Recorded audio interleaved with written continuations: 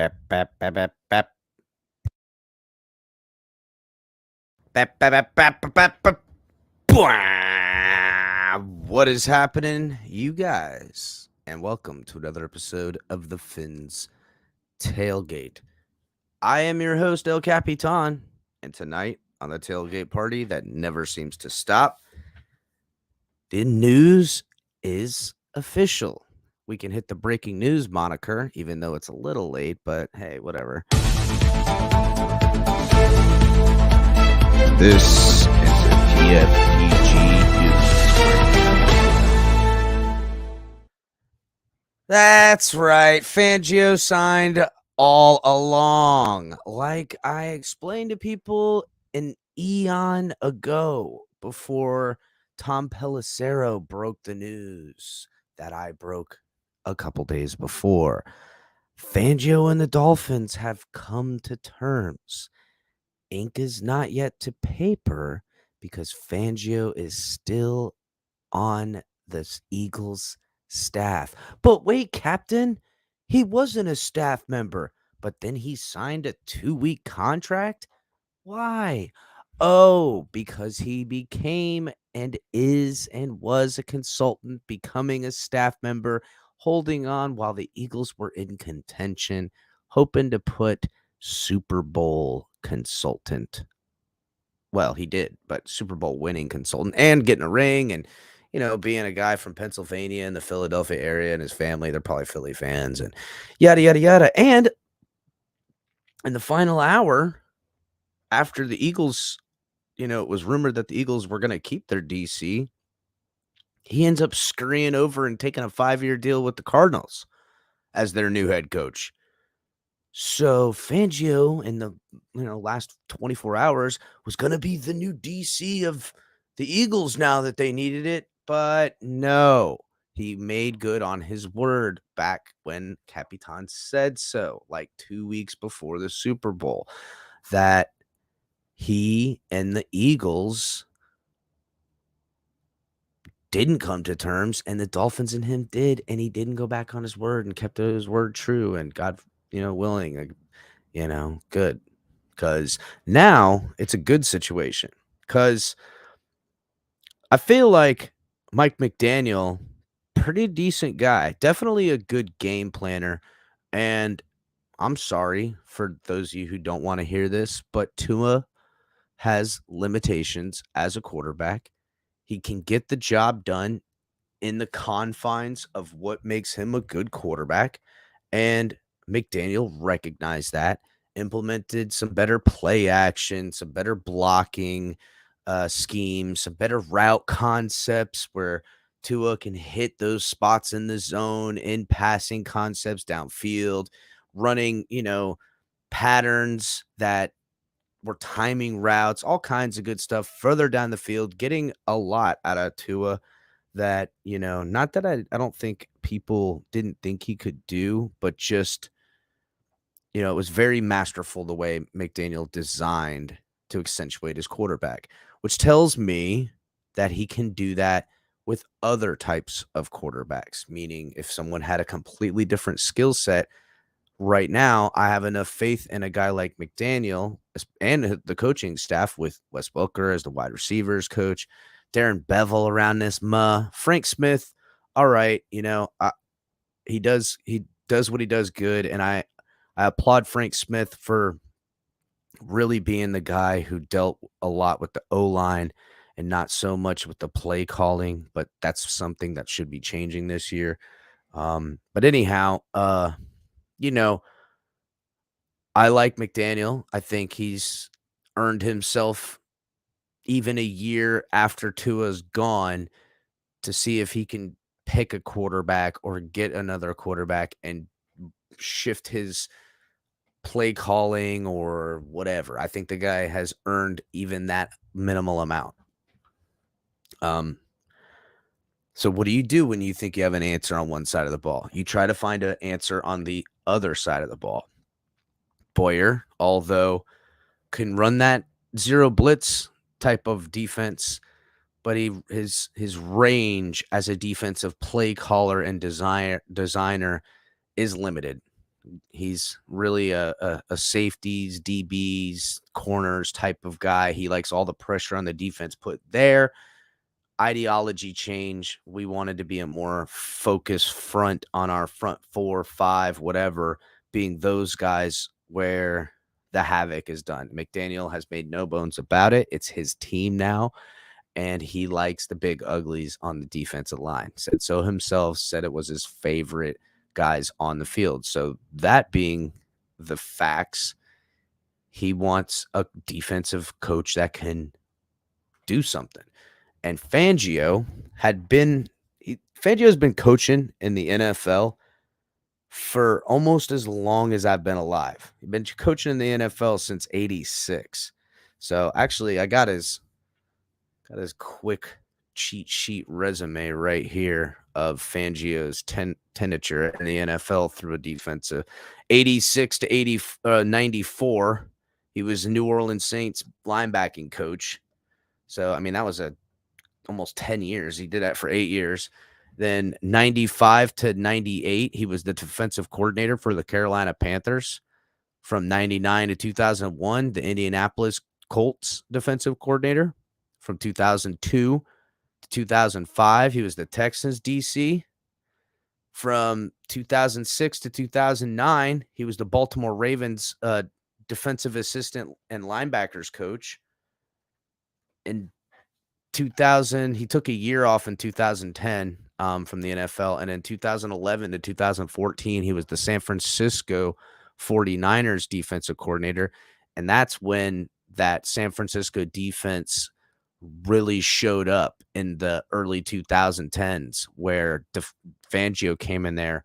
And when Fangio took that year off in 2010 and came back with the San Francisco 49ers, that was the birth of the Fangio defense right around that time. He had figured out a way to have that hybrid front along with that hybrid back where they're going to show you pre-snap looks And guys are going to move around either in the back end or, on the front end to give quarterbacks something extra to think about. And he really started myrtleizing the West Coast spread offense with his defense. He really started changing the game defensively for these offenses in the 2010s that were just air raiding people in the NFL. And that earned him a job as the defensive coordinator with the Bears from 2015 to 2018, which then that Bears defense took the same step. That's when the Bears defense was crushing it. And then that got him the head coaching job with the Broncos in 2019 and 2021. And then this year, defensive consultant for the Eagles, which was kind of like another year off, but still by proxy, still in football. And for all of you guys that hadn't got the information, the 2-week contract he signed of late was on the offensive side, helping scout the offense, which is amazing to even think that he's working in an offensive capacity to hone offenses to better beat defenses, because that's exactly the type of stuff we're going to ask him to be doing around here. And that's exactly the thing that makes me excited about having Fangio with the Dolphins, because he's going to do that thing that, GMs are trying to get done as of late. You take a young offensive-minded guru and I know we hear that a lot, and I hate that word, but you then couple a young guy, whether he's a defensive guy or an offensive guy, you couple him with a seasoned vet to help him be, a head coach in some ways. Yes, he's the new young blood, hopefully going to be the guy that sticks around with the team for a long time, but it's always done by committee in all of football. It's the ultimate team game, because I'm a young dude with all these great ideas, well equipped to handle the new millennia of football, where guys are faster, they run this way, they pass this way, they catch this way, how we can use that. But give me someone that where my deficiencies as a young guy, just because I've only been doing it for so long, I can't know everything when I'm specializing in offense this whole time. I need help on the defense. So you give someone with a seasoned amount. And here's this young new guy with these fresh ideas, and this older dude can come in and say, yeah, you think that's a fresh new idea, but really we used to do this in the 80s and you need to do that. And that's kind of the point. They're going to work well with each other. And I'm excited that this, can really be something that us Dolphins fans can hope for a better future no matter what happens. Because let's face it, we have immense amount of question marks with this organization. Now, I think we all love guys like Tyreek Hill. We all love guys like Jalen Phillips and Javon Holland, who at times can get under our skin, and Jalen Waddle, who at times, can be a young guy in the year 2 making some mistakes. But, question marks at quarterback position, where we're going to get into that a little bit. But, I feel like, the GM, we got question marks with that. This guy cannot freaking draft offensive linemen, or, he's either knocking them out of the park with a pick or a trade or a friggin' free agent signing, or it's literally a whiff, an absolute whiff. First round draft pick, Noah Igbenogany. Don't get to ever see the guy. First round draft pick, Austin Jackson. Guy has just made no impact. Move up in the draft for Liam Eichenberg. Buddy just doesn't have the anchor. But for every one of those, you turn around and it's, hey, I made an amazing trade, or hey, I've made an amazing free agent pickup. So you got to take the good and the bad when it comes to stuff like that. But again, still question marks. I mean, to me, to us, to all of us, if Tua doesn't work out, and I think and feel that this is what Chris Greer believes, whether he'll say it aloud or not, that if Tua doesn't work out, it's his ass. He gonna lose his job. And I don't want somebody who has scared money don't make money around here. Like, pull the plug. But then again, sometimes the guy is ruthless and cutthroat. And I got a pretty good article about that. But everybody, dang, I just ranted for a second. Everyone hit the like button right now, please. Make sure you guys are hitting the like button. Get those likes up so the algorithm gets churning so we can get some people in here and we can get in and get the show started. Make sure you guys are checking out myself with the Fins Tailgate. Got Lewis doing the Rabid Dolphin, color commentary coming at you, Dolphins debriefs, DTA, doing some shorts, doing other stuff. Late night exhale with Ali coming at you on the Saturdays. Cash App, Venmo, the Fins Tailgate. Great ways to support the show. Also, link in the description for Fanatics, officially licensed gear. Make sure you guys are checking out Fanatics link, getting the stuff, letting them know we sent you. Also, guys, there's a link in the description for Doobie energy drinks. If y'all are drinking energy drinks, you might as well get some cheap energy drinks that are freaking awesome and off the hook. They're officially gaming. If you guys are gamers and stuff like that, get yourself some Doobie energy drink. And then Backroom Collections also, you guys can get 10% off. Link is in the description. Use offer code TFTG, and that'll get you 10% off everything. Shout out to everybody in chat already. Make sure you guys are hitting the like button. Appreciate y'all. Clement in here early. John Featherland, salute. Lewis, member Lewis. Appreciate you, buddy. Everyone hit the like button, as he says. Jason Myers, shit on Lamar. We're going to get into that Lamar stuff because it is something that's being talked about. And there is an article that Greg Côté had written. We're going to read into it. And we're going to get into that. Kung Fu Tuna member Michael K. What's up, buddy? Craig over on Facebook asks, will Fangio's bend but don't break defense work, or will D give up a huge yardage? So it's funny because, like, here's the thing, Craig, about Fangio's defense. It's a defense designed to show a look and then, pull off that look and confuse young guys.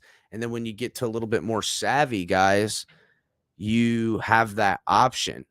It's really going to put onus on whoever the captain and leader of the defense is at the time. This is the reason why Landon Roberts has stuck around on this team. A lot of people don't know this, but Landon Roberts is the guy who, in a lot of instances, is calling the plays on defense, getting the plays in, relaying it to the guys, making sure people are in position and stuff like that. For Fangio's defense to really work well, that guy's got to be the safety. It's got to be Javon Holland in this instance, because he's got to be able to see everything out in front of him and make sure guys are in the right position. But also in this defense, because it'll show like a heavy side on the defense. So it's going to show like everyone's lined up on the D line to the left. Linebackers are to the left. It looks like everyone's coming from the left. Well, that is designed that way because it's going to force the offense to run to the right. And then while everything's forced to the right, you have the answers for anything coming at you on the right. You have the nickel that's going to be there. You have the safety that's coming down. You have, a linebacker set on the far outside of your pass rusher on that ankle. But it leaves these gaps at times in the middle. And that's where you're going to need your safety, which is a lot of times why that guy's the leader on this defense. It's going to be on him and him alone to come up and fill that gap if somebody gets there. If by some reason, the quarterback keeps the ball on like RPO and he hits that frickin' between the guard and tackle gap, and the tackle that they have just gets your guy and doesn't let him slide inside.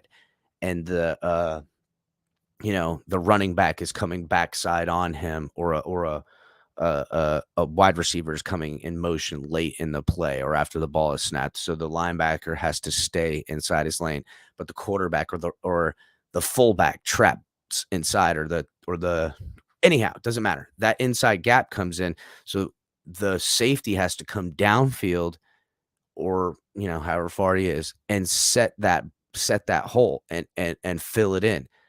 It works because everyone has their jobs to do, but if that guy gets burned, if that guy misses a tackle, at times, you can really go, "Holy cow," and you'll get gouged for a big run. You'll get, beat on a short pass on a missed tackle.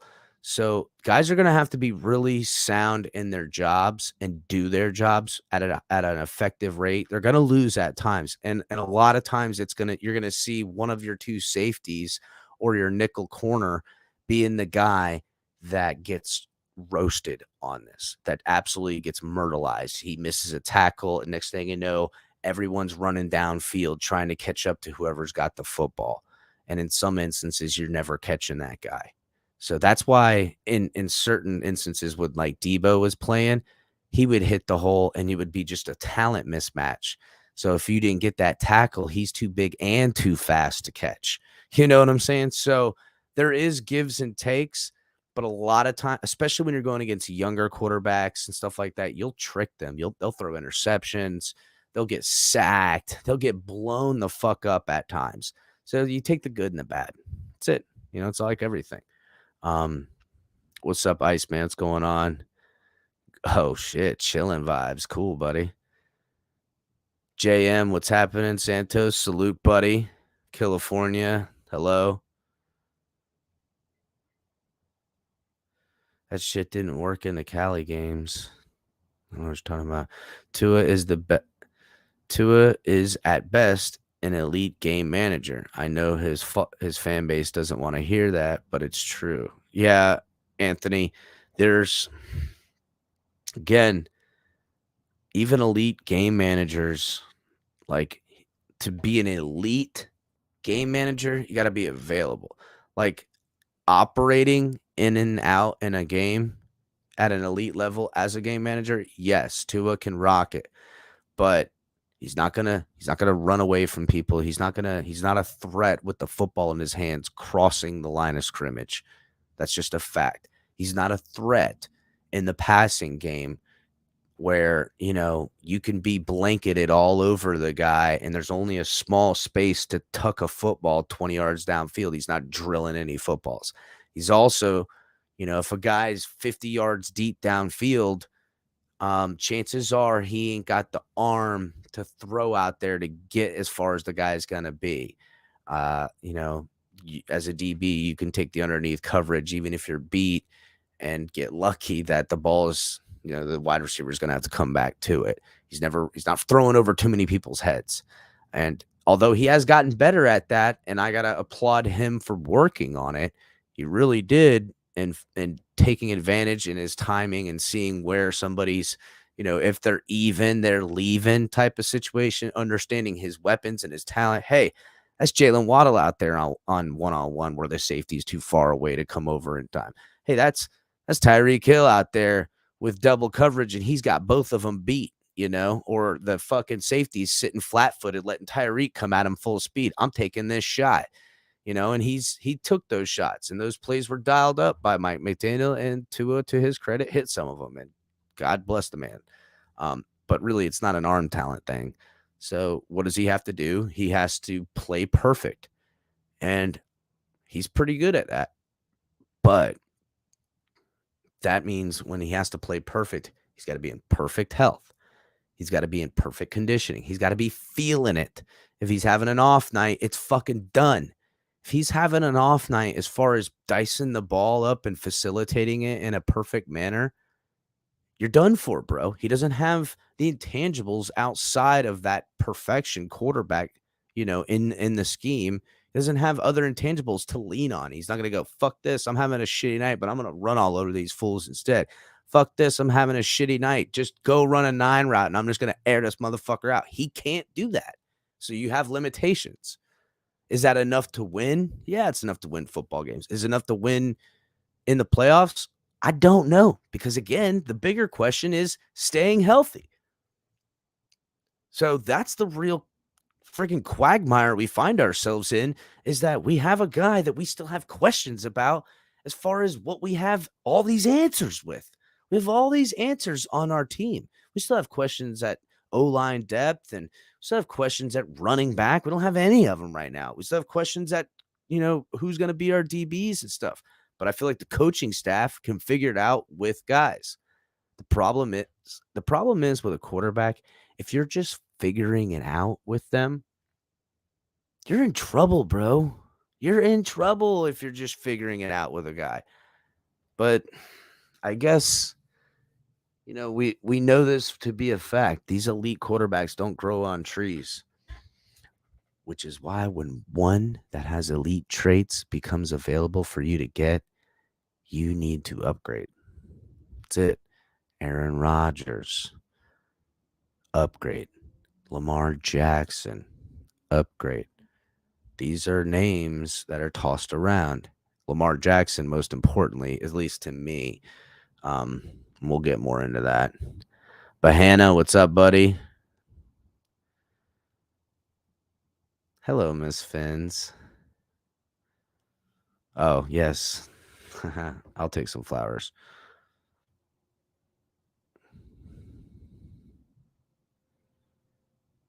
Okay, cool, Marty Moore. We'll see you over here, buddy. Scott, what's happening? Miami is tied with Detroit for the 11th best chance to win a Super Bowl next year. The Jets are 9th before getting a QB. Wow. Is that right? We're tied with Detroit and the Jets are above us with no QB? That's kind of disrespectful if you want to be real. You know what I'm saying? Like, what the hell did the Jets do so much? Remember, they collapsed offensively. They collapsed. And remember when they did do decent stuff and they were all like, ooh, Mike White. Like Mike White? Like, you got fucking QB problems when you get a little tickle in your pickle for a guy like Mike White. Let's be real. What's up, DTA? What's going on? Kevin, member in this mo. What's up? Dang, what's up with the limbo on Tua? Yeah, bro. I remember when he had that limbo friggin' tackle from behind. That was when after that they said, you know what? Tua put up 35 points in the first half or whatever the hell it was, 28 points. We're taking this guy out. But again, this photo right here that Kevin has. This is the reason why Tua needs to learn how to fall. Like, seriously, bro? Damn. Gotta learn how to fall?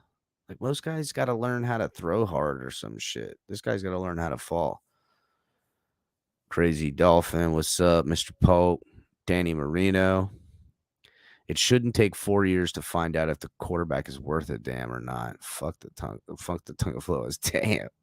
I agree with you though. Like, if you're in your 4th year and you still have most of the questions that you had in your 3rd and 2nd and 1st year, like, you got to go, damn, dude, I don't know if I can do this again. Like, does Chris Greer, he must, does he feel that confident in his job status that he's not gonna get fired if Tua doesn't work out, or if they roll with Tua this year and it don't work? Don't you lose your job? Like, that's what I know Dolphin fans are going to call for. Tua doesn't work out this year. If we're here at this place next year, we made it to the playoffs, lost in the playoffs. Tua missed the playoffs again because he's injured and missed the last 2 games. Like, but Tua won 11 games. Tua wins us 11 games.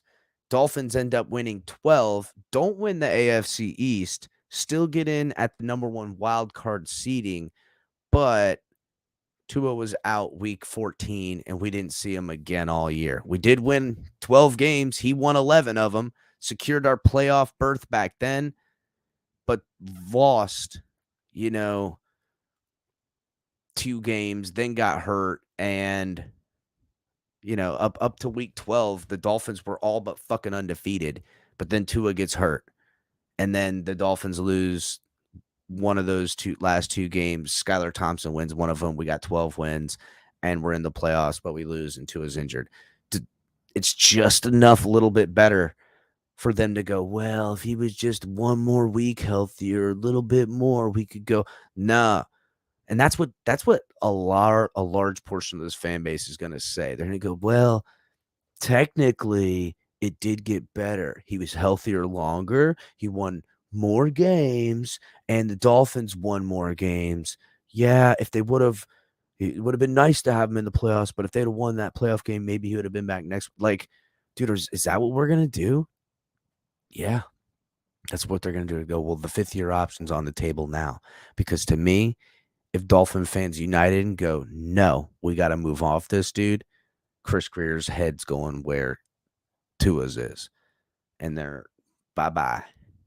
And I think that might be why the Dolphins organization protects Tua so much. Because, like, I think, too, Stephen Ross knows this deep down, that Tua goes, so does Chris Greer. And with that double whammy, he's got to now find a new GM, which he hired Tannenbaum. So it's slim pickings. Like, remember, Chris Greer isn't an outside hire. He's a promotion. He's a guy who took over. And then he's got to find a new quarterback. And you got a team that's all ready and set to go. So Stephen Ross has to be knowing this type of stuff. And more importantly, Chris Greer has got to know, like, hey, this could be my potential last year with this team because of Tua. Or does he gamble it? Does he go, nah? Does he go get me Lamar Jackson? Is that what he does? Something to think about.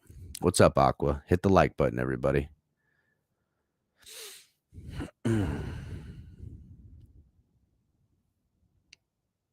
Spawn, what's going on? Josh Allen is a lesser prime Cam Newton. No need to worry about him. Yeah, I ain't sweating no fucking Josh Allen. Facebook user says, we just need a good backup QB to back up Tua when he gets hurt, period. See, like, doesn't that mean, like, once you have to put so much onus on a backup, aren't you in real trouble now? Like, you're like, like, we got Skylar Thompson. We're going to keep him, but now we need a third quarterback. We've never, ever kept three quarterbacks on our 53-man roster till Tua shows up. Now we all want a third quarterback around here.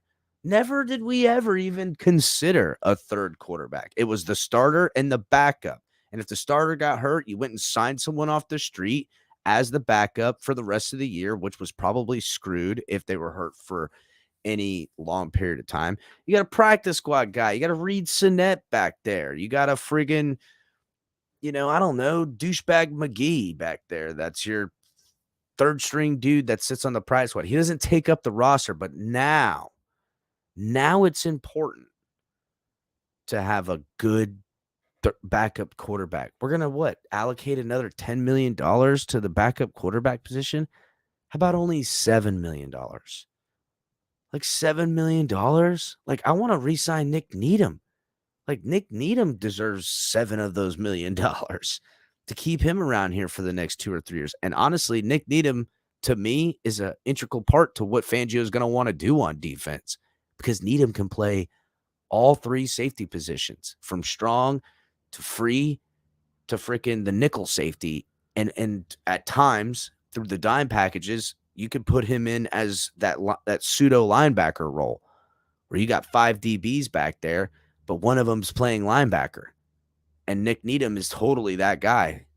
But no, we're going to lose out on a guy like that potentially. Or how about not Nick Needham, just another guy to back Nick Needham up who's coming off of injury? Like, why? Because we need a third string quarterback? We shouldn't need a third string quarterback so badly that we got to let guys like Nick Needham or, dudes to that caliber like Keon Crossan go off this football team. We don't get a special teams ace on special teams now because we need a third string quarterback being paid $7 million a year to just be there because we know our first string is going to miss time. Like, damn, dude, that's what it's come to now. It's come to us just saying we're gonna miss time with our first string quarterback. It's a done deal. That sucks, man. What's up, Batman's pops? What up? Salute. Miami kid Jay. Jay, what's up? Fin Dog. Douchebag McGee. That's right, bro. Fucking douchebag McGee, not him. Not this guy again. How many of these douches I'm gonna have on this team? Fuck, bro. It's enough already. We shouldn't give a crap about a third string quarterback spawn. Why? Why is this so important? Why do we have to? If we're looking, do you realize what Dolphin fans are doing everywhere? They're looking at the Derek Carrs, the Jimmy G, the I don't know, any of these other fucking weirdos that are out here. And they're like, yeah, bring them in here because if Tua goes down, we got a competent backup guy.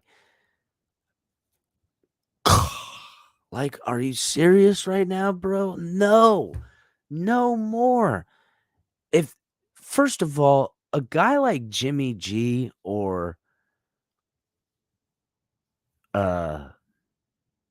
what's his name? Derek Carr, like those guys, they would take the Dolphins job. Let's be real. If Jimmy G or Derek Carr got offered real money.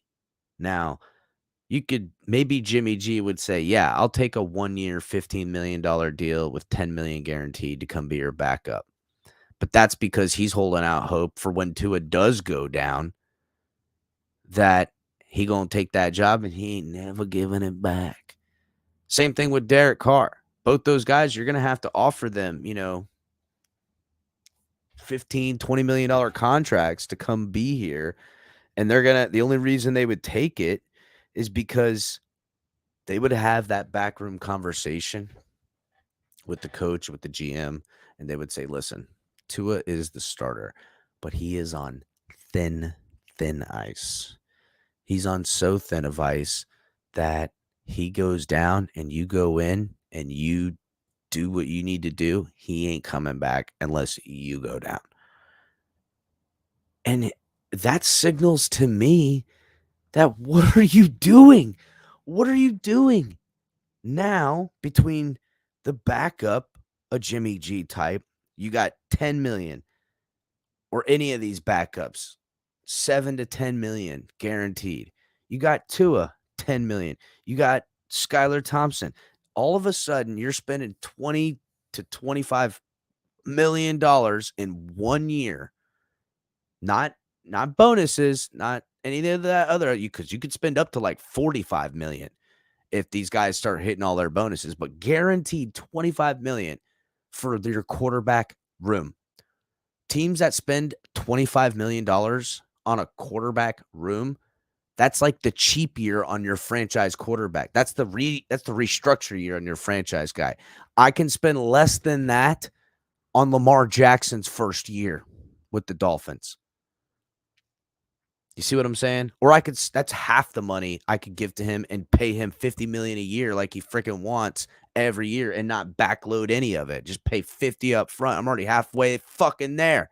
I'm already halfway there. So this has got to be something the Dolphins are really, really looking at. What's up, Joe? Riss? Salute, buddy. Member up in this, appreciate you. Oh, guys, yeah. Make sure you guys are hitting the like button, subscribing if you're new, get in on the super chat, and join the membership. It is a great way to become part of the channel and help us grow. The Patreon, everyone who's joining the Patreon or thinking about joining the Patreon, coming here in the next coming of months, there'll be exclusive Patreon stuff. We've got some we got some big stuff we're working on in the back over here at TFTG. It's been why, things have been a little, not just football season ending, but we're really putting in the work to do some awesome stuff coming up. So think about joining the membership. Think about joining the Patreon. There's going to be some exclusive content that you guys will get. There'll be early content you guys will get. Maybe some articles coming up here in the future from the TFTG family.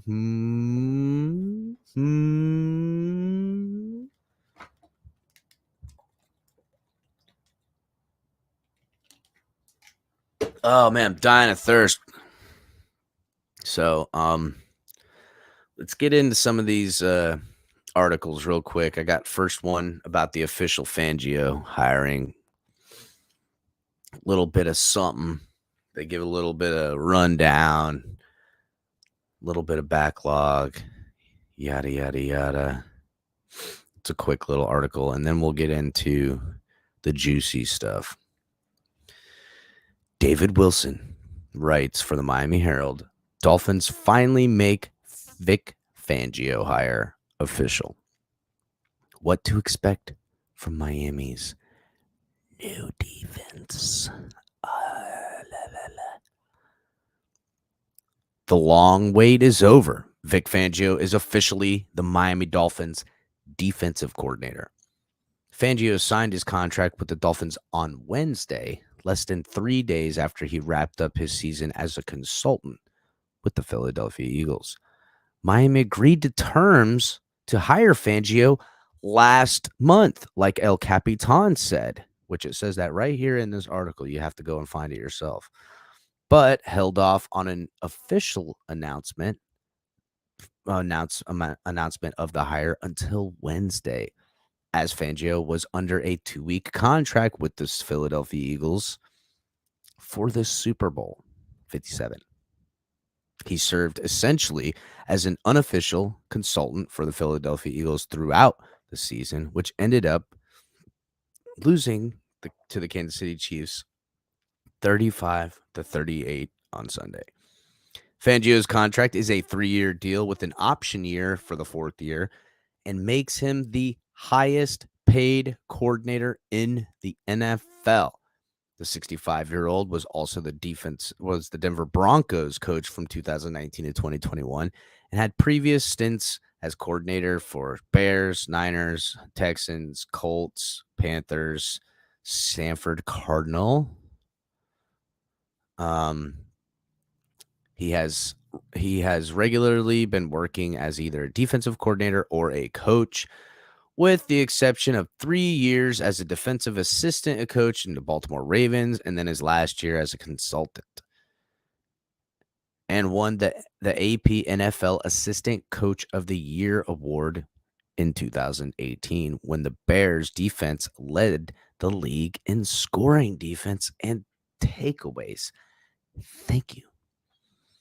He took over as the Broncos coach the next year and was ultimately fired after 3 seasons with a terrible 19-30 record. I want to say, I forget who was the quarterback then. I want to say they still had, what's his name over there? Whatever, doesn't matter. Fangio also interviewed with the Falcons, the Panthers before picking the Dolphins. It was a long one. He was long one of Mike McDaniel's top choice. I'm guessing there's a typo there. And the coach even considered him for the job last year before opting to retain defensive coordinator Josh Boyer, which that's not how it went. We didn't opt to retain Josh Boyer.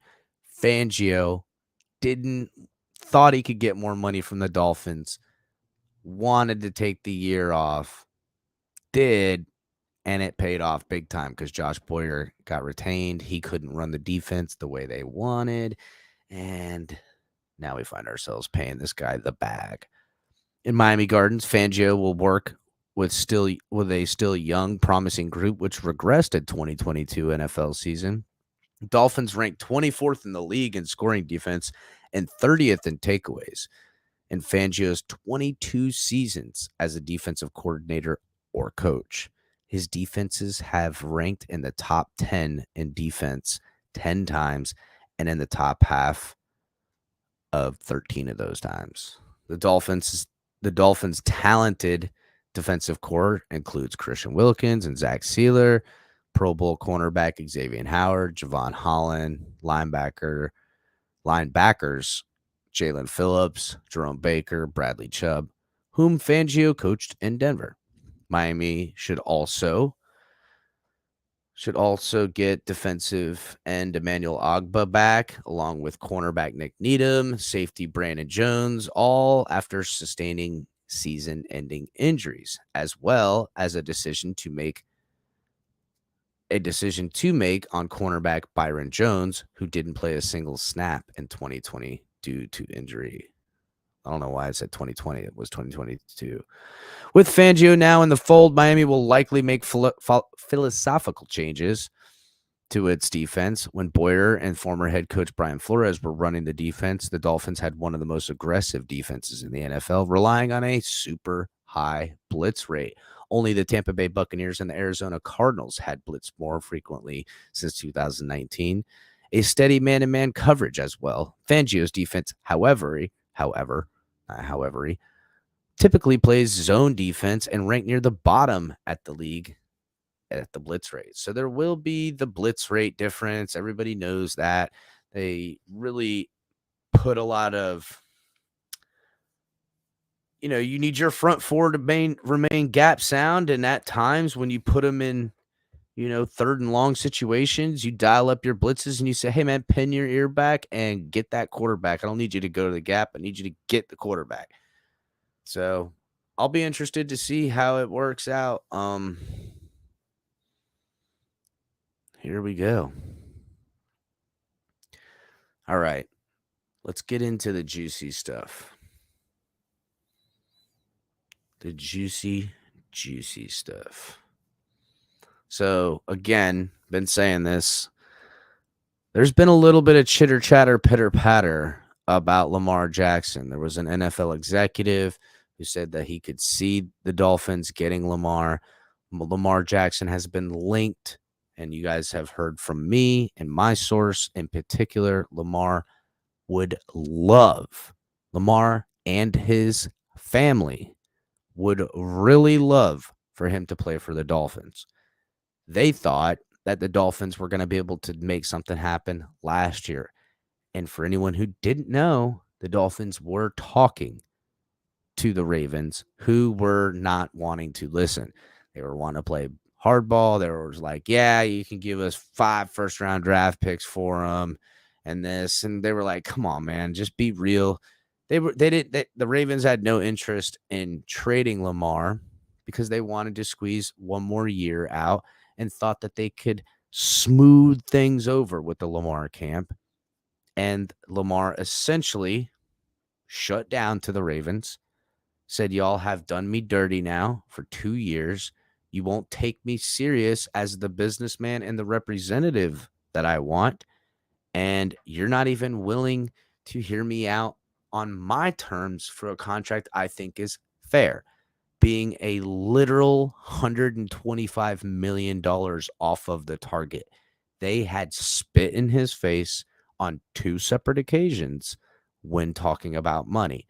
And so this past season, Lamar did what contractually shows is the minimum. I will get you within striking distance of the playoffs, and I'm not going to carry this offense down longer. So as far as NFL executives look at a guy like Lamar, they don't like that he doesn't have an agent. They don't like that he doesn't play ball and, does what the billionaires want their toys to do, not talk back, but let my action figure man do what I say, like they're freaking giant children. So once that whole thing got in a bad taste in their mouths, it was all but done for. And I just hope that the ownership and management of the Ravens remain too petty and it costs them trading him before the draft.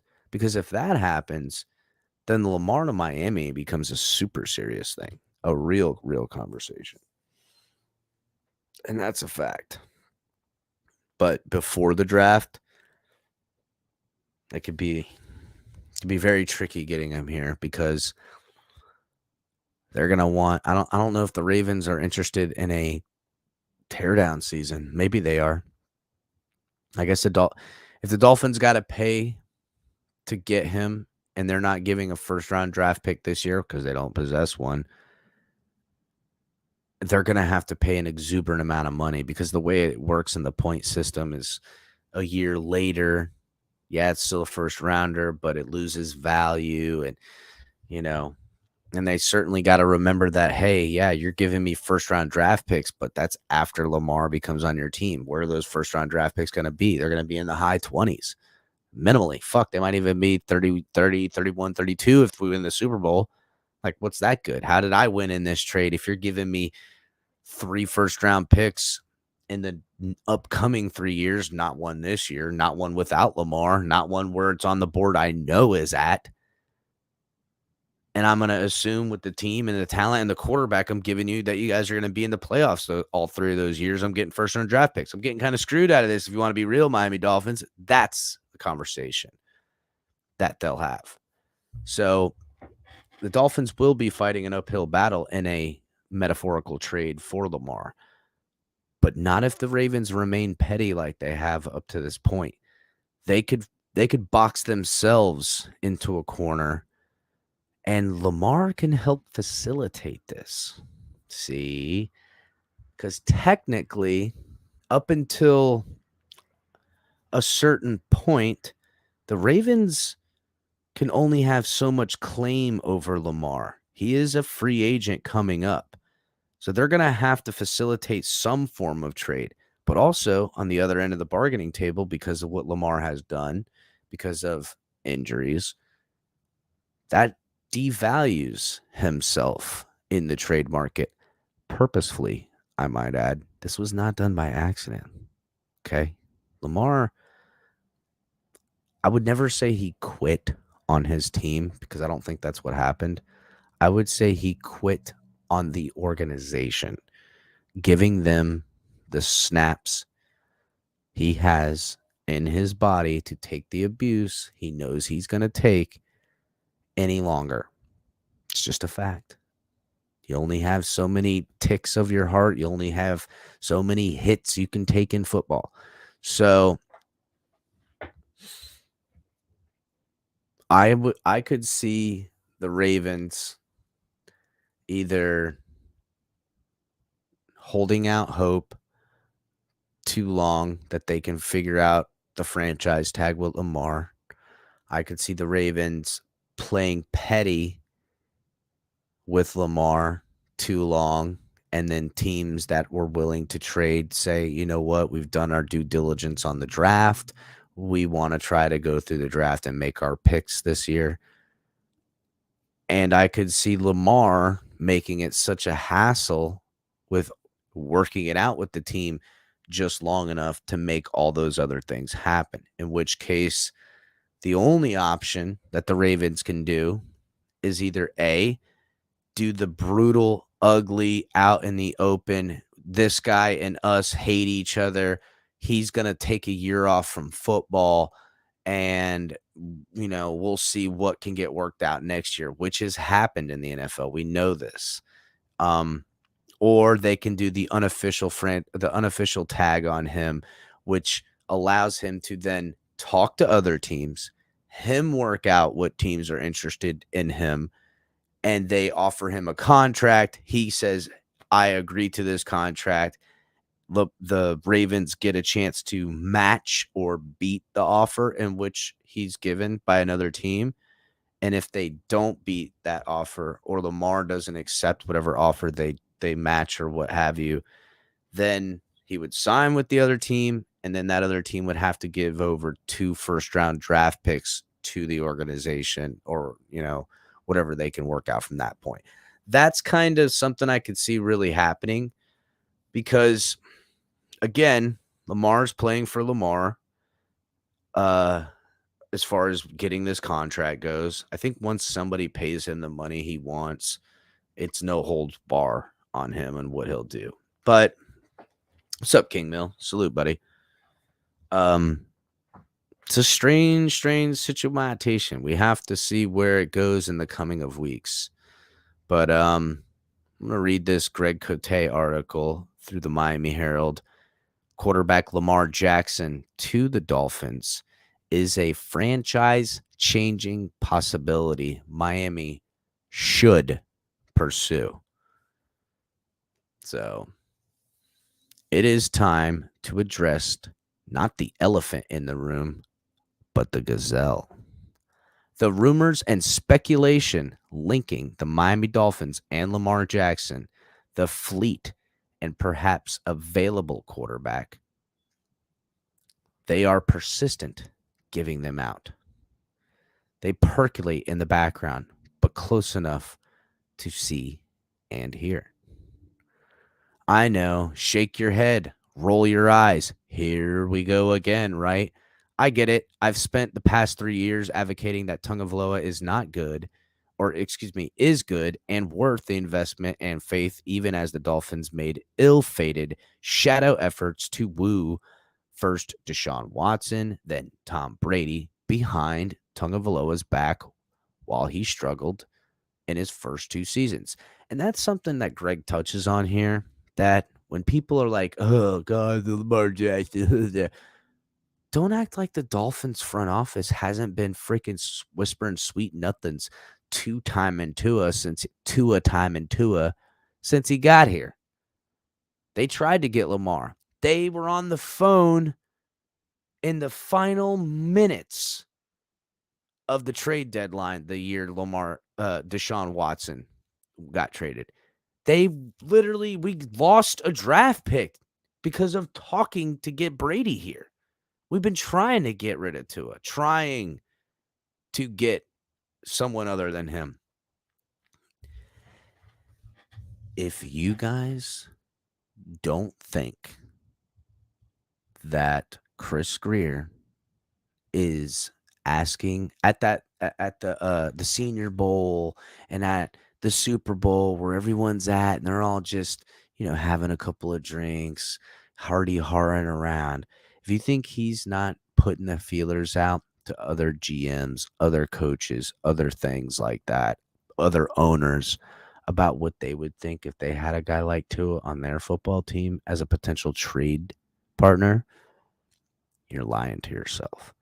Because that is exactly what they're doing. They are putting the feelers out there. And why not? They've done it for a couple of years now. So don't forget, it was Lamar Jackson that Stephen Ross was super, super vocal about wanting, liking, and then him not getting and expressing his unhappiness that the Dolphins didn't get him. Then when he had his MVP season and his rookie season coming out of the gate, how much he liked Lamar and wish he was a Miami Dolphin. I forget which GM it was at the time, but I'm pretty sure they lost their fucking job because of all that. Let's continue with the article. Then Watson signed with Cleveland. Then Brady retired, for real this time. Then Tagovailoa blossomed in year 3, leading the NFL in passer rating when healthy. Albeit the health is a thing. So, at last, QB stability in Miami, right? He's our starting quarterback and will be next season, said general manager Chris Grier about Tagovailoa last month. But Jackson's disenchantment in Baltimore is not going away.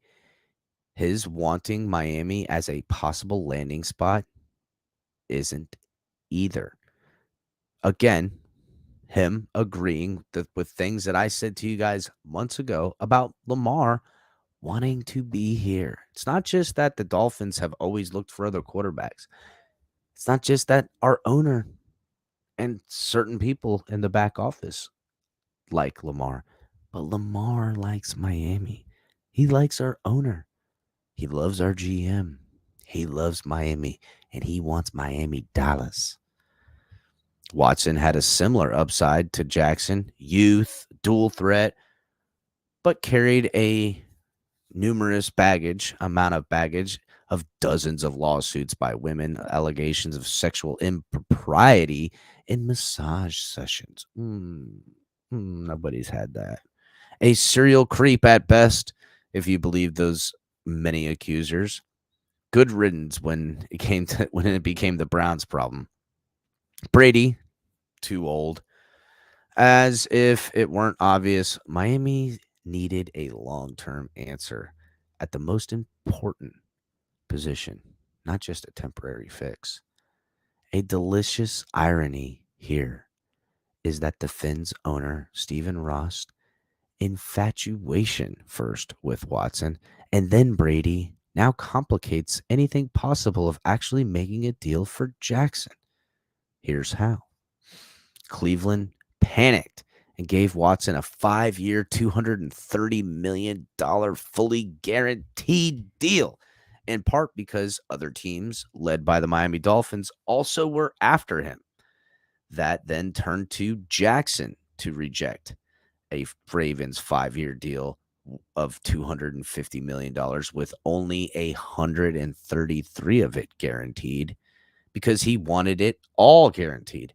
That puts his future in Baltimore in doubt, but also makes him much more costly and risky to get for the Dolphins or any other team pursuing him for that matter. Number 2, Ross got busted by the NFL for tampering in back channels chase after Brady and Sean Payton, and Miami must now forfeit the 2023 first-round draft pick, a huge, crippling loss in a bargaining chip for a trade for Jackson. Ravens coach John Harbaugh called it 200% likely, a mathematical impossibility, that Jackson would remain in Baltimore, but others seem much less certain unless the Ravens change course of offer to a guaranteed one. When you have something good, you don't play with it. You don't take chances of losing it. You don't neglect it, Jackson wrote recently on his Instagram in a clear warning to his team. When you have something good, you pour into it. You appreciate it, because when you take care of something good, that good thing takes care of you. Jackson was born and raised in South Florida, just north of Miami. He famously liked a tweet by a Miami fan that depicted him as in a Dolphins uniform. And that was before the Fins made the blockbuster trade. That was before the Fins made the blockbuster trade to acquire Tyreek Hill and pair him with Jalen Waddle. If Baltimore won't give Jackson the contract he demands, maybe a Lamar for Tua trade make sense, an unnamed NFL executive told The Athletic. How might that happen?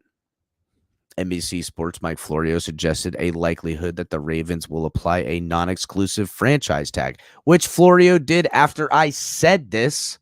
Florio continuing to steal my steam. But whatever. If they cannot sign him long term, that would enable other teams to negotiate with Jackson and sign him to an offer sheet. If the Ravens decline to match that offer sheet, they would be due 2 first-round draft picks from the team that made the offer. I just got through telling you guys this. This is where Miami not having a 2023 first-round pick complicates things, but if Jackson wanted Miami and elected not to sign an offer sheet until after April 27th through the 29th draft, and Baltimore did not match it, the Dolphins could then offer their 2024 and 2025 draft picks. Another option would be that a Lamar for Tua trade in which Miami would include perhaps the 2024 first rounder and other players or other picks and stuff like that. That would be if the Ravens are interested in a guy like Tua. Miami is presently not in good shape salary cap wise, but a slew of pending free agents gives Miami the time and ability to make a deal with Jackson fiscally work. If the Dolphins elect not to extend Tagovailoa with a short-term deal by May 1st deadline, and the Ravens have not locked up Jackson by then a post-draft trade would be fully on the table. Don't get it wrong. I would not bet on Jackson coming to Miami. I am saying the plausibility and possibility are worth considering with vigor. I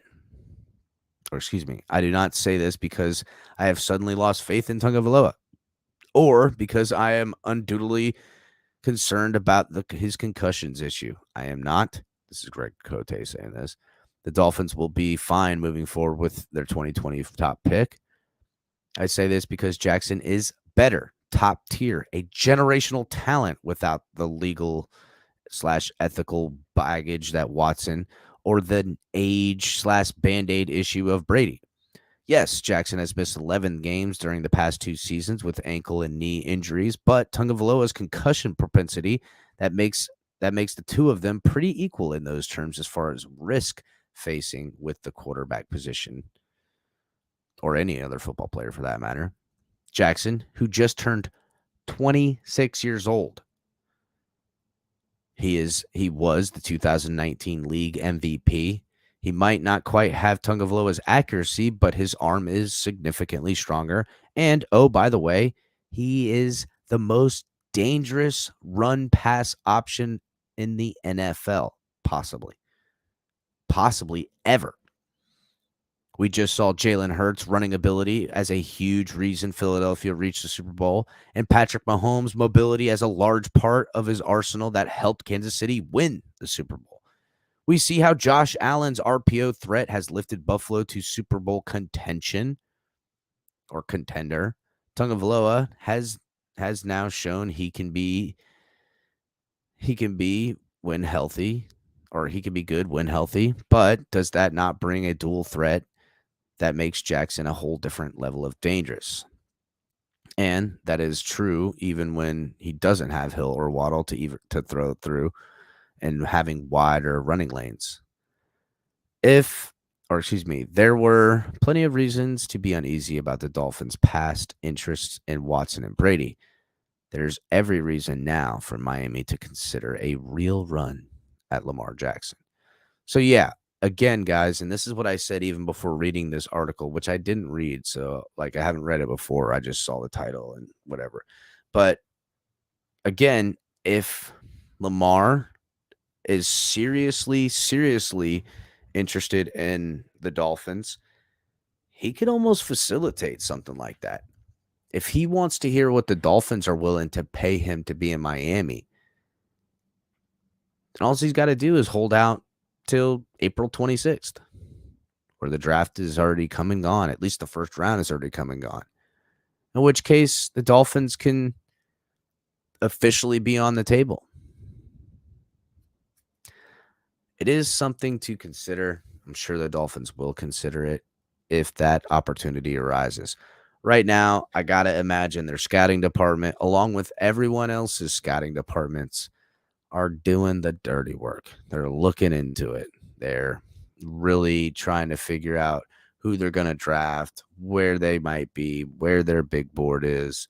The Dolphins don't have a first-round draft pick, but that does not mean you're not going to do first-round diligence on everybody, including quarterbacks.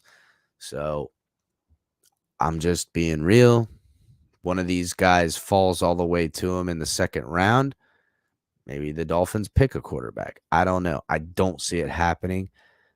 But we've seen people fall for crazy reasons, like a bong gas mask video or whatever picture. So any of that shit happens, who knows? Somebody could slide right in there. But guys, make sure you're hitting the like button and subscribing if you're new. Let's get those likes up. We've got like 100 people in the room. We've only got like 54 likes. Let's see. I'm going to go ahead and first thing I'm going to do is I am going to drop. Yeah, I know. Make the like more bong videos, please.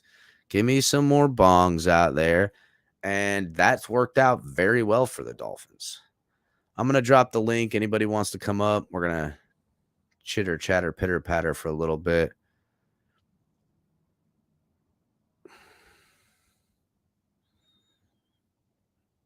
Yeah, 410 Chris says Lamar is 45 and 16 as a starter without weapons except Andrews. I mean, dude, he can't get any more realistic than that. The guy has won a lot with a little on offense around him. He's literally been their entire offense since being drafted by that team. So I ain't got no I got no problems with the Dolphins saying, yeah, we might not be shit or have nothing in 2026 and 2027 or something like that, except for Lamar. But 2023, 2024, 2025, we're going to fucking go balls to the wall with Lamar, Tyreek Hill, Armstead, all these young guys on defense. We might not be able to resign shit and blow this whole thing up except for Lamar in 2027. But I'll worry about that when I get there. Shit, aliens could invade it. We could all be dead by 2027. So I ain't even sweating all that nonsense. You got me fucked up. What's good, Chef Shoe? Salute, buddy. Long time no see, homie. What's going on? Hit the like button, like Chef says. Salute to all the members and all the mods. Make sure you guys are joining the membership. Just like Chef Shoe. And you guys get the cool emoticons in the chat. All the members use all the emoticons right now in chat so everybody can see what I'm talking about. Let's start a poll question too.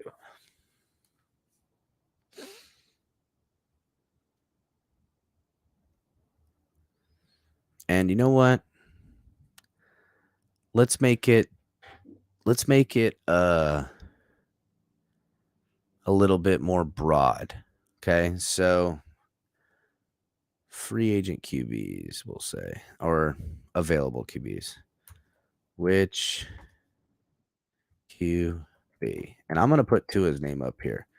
Tua Lamar. Now listen, non-Dolphin fans, I'm just going to put an option in there for you guys, other.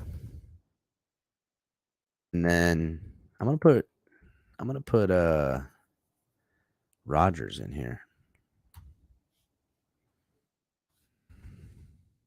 We got Tua, Lamar, Rodgers, and other in the poll. Make sure you guys are picking your poll question or answer or something. Thank you.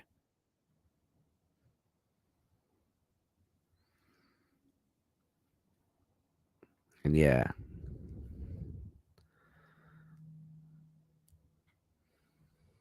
Boom with the emoticons. What's up, buddy?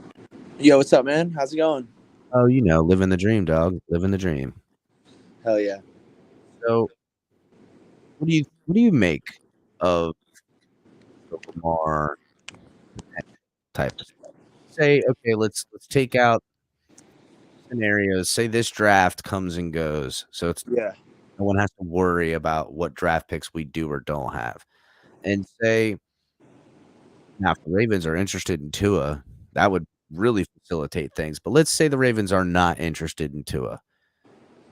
That somebody will trade for Tua. We'll recoup some capital from Tua, but that'll go immediately into the trade for Lamar.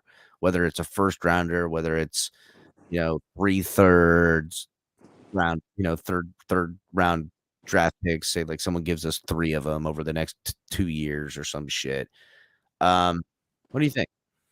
Yeah, I think the ball's really kind of in Lamar's court right now. I mean, it is and it's not, right? Because the last 2 seasons he's only played 12 games. But there's clearly if this guy was on the market, there would clearly be attention. I think there's going to be two scenarios that happen, and it's either they kind of both end in a franchise tag. Either I don't think they're going to get a deal done this offseason because I just think he wants a guaranteed contract similar to Deshaun Watson, which that is so unlike the Ravens to do. So they're going to franchise tag him, and he'll either play on that franchise tag, and both sides will hopefully try to do a deal next year, which who knows will that happen, or they'll franchise tag him and then trade him. I don't think the unexclusive tag is just a very uncommon way about it. Now, it's possible. I mean, I don't know. I mean, you might be hearing other things. I don't hear anything. It's just more off just what I've been thinking. And if that's the case, then yeah, if they have interest in Tua, then that trade definitely, there's potential in it. And I think if Lamar's on the market, if you're looking at a perspective of what fits him the best, that needs a potential quarterback, I think Miami fits it. It's his hometown. And we have the weapons that the Ravens have not been willing to give to him. And the Miami Dolphins have shown they are willing to pay big money. Oh yeah. So, and we have Daddy defensive Warbucks players. ain't scared to pull out that checkbook for his toys. And dude, our defensive coordinator is probably making just as much as Mike McDaniel, probably not that much less than Mike McDaniel right now. So, I mean, he's getting $4 million a year. That's basically a new head coach contract. Yeah, it is. So we'll see, man. I don't know. I'm kind of just like, I got a lot of stuff going on life-wise. So I haven't really been on Twitter much, but I know the noise is going around. But I think it's going to be a fun offseason. I think also there's some competition on the market. Aaron Rodgers, I think, will probably be available. See, that's something I was going to say, Bryson, is that as far as a seller's market goes, it's kind of like the Ravens. If they were the only people on with a marquee type of quarterback on the market, then I could see it. But there's going to be Jimmy G. There's going to be Derek Carr. Younger to middle-aging guys. There's going to be Aaron Rodgers out there. It's not like it's not an open market for some of these other teams that if the Ravens are sitting there playing petty or holding out hope that Lamar or even more or likely Lamar is playing petty. You know what I'm saying? He's like, I'm not answering anyone's phone calls. I'm going to play hardball and not talk to the Ravens till after the draft. Why? And he would do that because he's got personal reasons against the Ravens. They've done him no favors. They went behind his back and took the only friggin' friend weapon he had on Marquise Brown and had him sign a deal that in the language of the contract meant and kept it a secret till after it happened during the draft. Could you not see Lamar returning the favor in kind by saying, I'm not going to fucking talk to you till the draft starts? You know what I'm saying? Well, till the draft, till the first round. That's probably why he's playing hardball. It's because he knows they're going to play hardball. And good for him, man. Go get his bag because he can get it. Now, my thing is when we come back to the Dolphin side of things, and this is just my personal opinion, from how I've seen McDaniel talk about Tua and how the front office has shown, the last year, not before, but last year, I think they're going to push forward with Tua. They're going to give him the 5th-year option, and then they're going to see if he's healthy after this year. And then after this year, they'll make a move if he's not healthy. Now, do I think that's the right move? I don't know. I have no idea if that's the right move. But because he definitely has not earned a contract. He's got to give me at least 16 games before he gives me before we can give him a contract. Yeah, I know, right? Or regardless of if that's $35 million a year. I don't like. There's, you give him the 5th-year option. It's kind of cheap, $23 million. It's kind of cheap, whatever. But that's more just in. They would only give him that if they have hope he will stay healthy. So you get an extra year of cheap money, essentially. But we could see Tua playing the Lamar game with the Dolphins. Oh, you're not going to give me the 5th-year option? Well, I'm not going to give you my all. I mean, listen. Yeah, I just don't think Tua's like that. That's just not his character. I think we think Tua isn't that way, but I mean, he's a different guy. He's a very unique guy. I mean, it's kind of how it's happening anyhow with Tua. You know what I'm saying? Like, yeah, I just don't think he's durable, though. I just don't think he has the durability. Yeah, I agree with that. I think he has the talent. That's where I would disagree with a lot of people in the community. I think when he's on the field, he has the talent. He's not always consistent, but that's just a young quarterback. But I think if you could get 17 games out of him a year and go through a postseason, I think you can win some See, really I can take inconsistency if he's there all the time. You know what Yeah, I'm saying? because the thing is, like, eventually we lost he's going to by get it 3 back on points. track or something, and then maybe Yeah. we get it together. But no, if he's just not there, that's like a huge 100%. problem I mean, for me, bro. That's the biggest problem. Like, you know me, Chris. Like, I've been always a big guy supporter, and no matter who's buying quarterback, I'm going to support. I'll critique him, but I'm going to support him. But, like, you go back to the Bills game, dude, we fucking went toe-to-toe with the media's, like, hot dog team that they just fucking suck all day long. We went toe-to-toe, and I'm not trying to say anything against Skyler. He put his heart on the field, but we went toe-to-toe when we shouldn't even had a shot. You know what I'm saying? And that's a big deal. If Tua's there, or if a veteran's there, I think we win that game. I really do. I think that same game, same everything next year with another year under Skyler's belt and another year of them training him, I think we win that game. I think so too. Skyler. I don't think Skyler's the future starter though. I don't either, but I think Skyler's talented enough to beat them, and I think he has the intangibles that, hey, shit hits the fan, he can do something with the football. Mr. Paul. Yeah, I mean, he had a lot. I mean, there was a lot on his plate, you know. Hey, how's it going? What do you make of the Lamar circumstance and situation? To tell you the truth, the last 3 or 4 weeks, I've been hearing more and more about his connection with the Miami Dolphins, and the main thing I'm hearing is that personally, he wants to come to Miami very badly. Yes, he does. I'm thinking that he's going to try to do any and everything possible to try to come to Miami.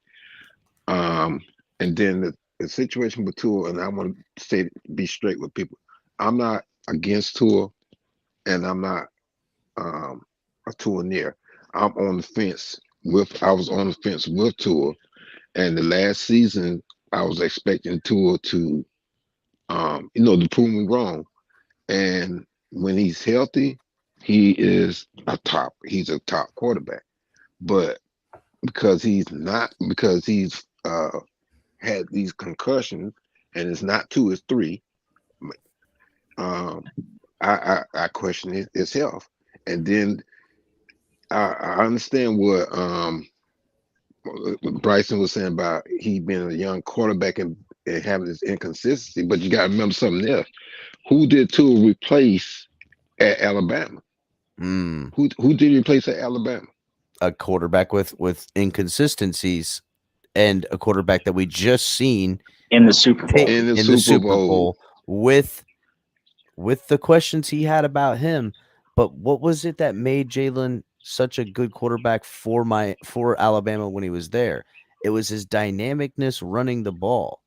You know what I'm saying? It wasn't him throwing the ball. That's why they kept him. He was like, wow, he could run the ball. He could be dynamic.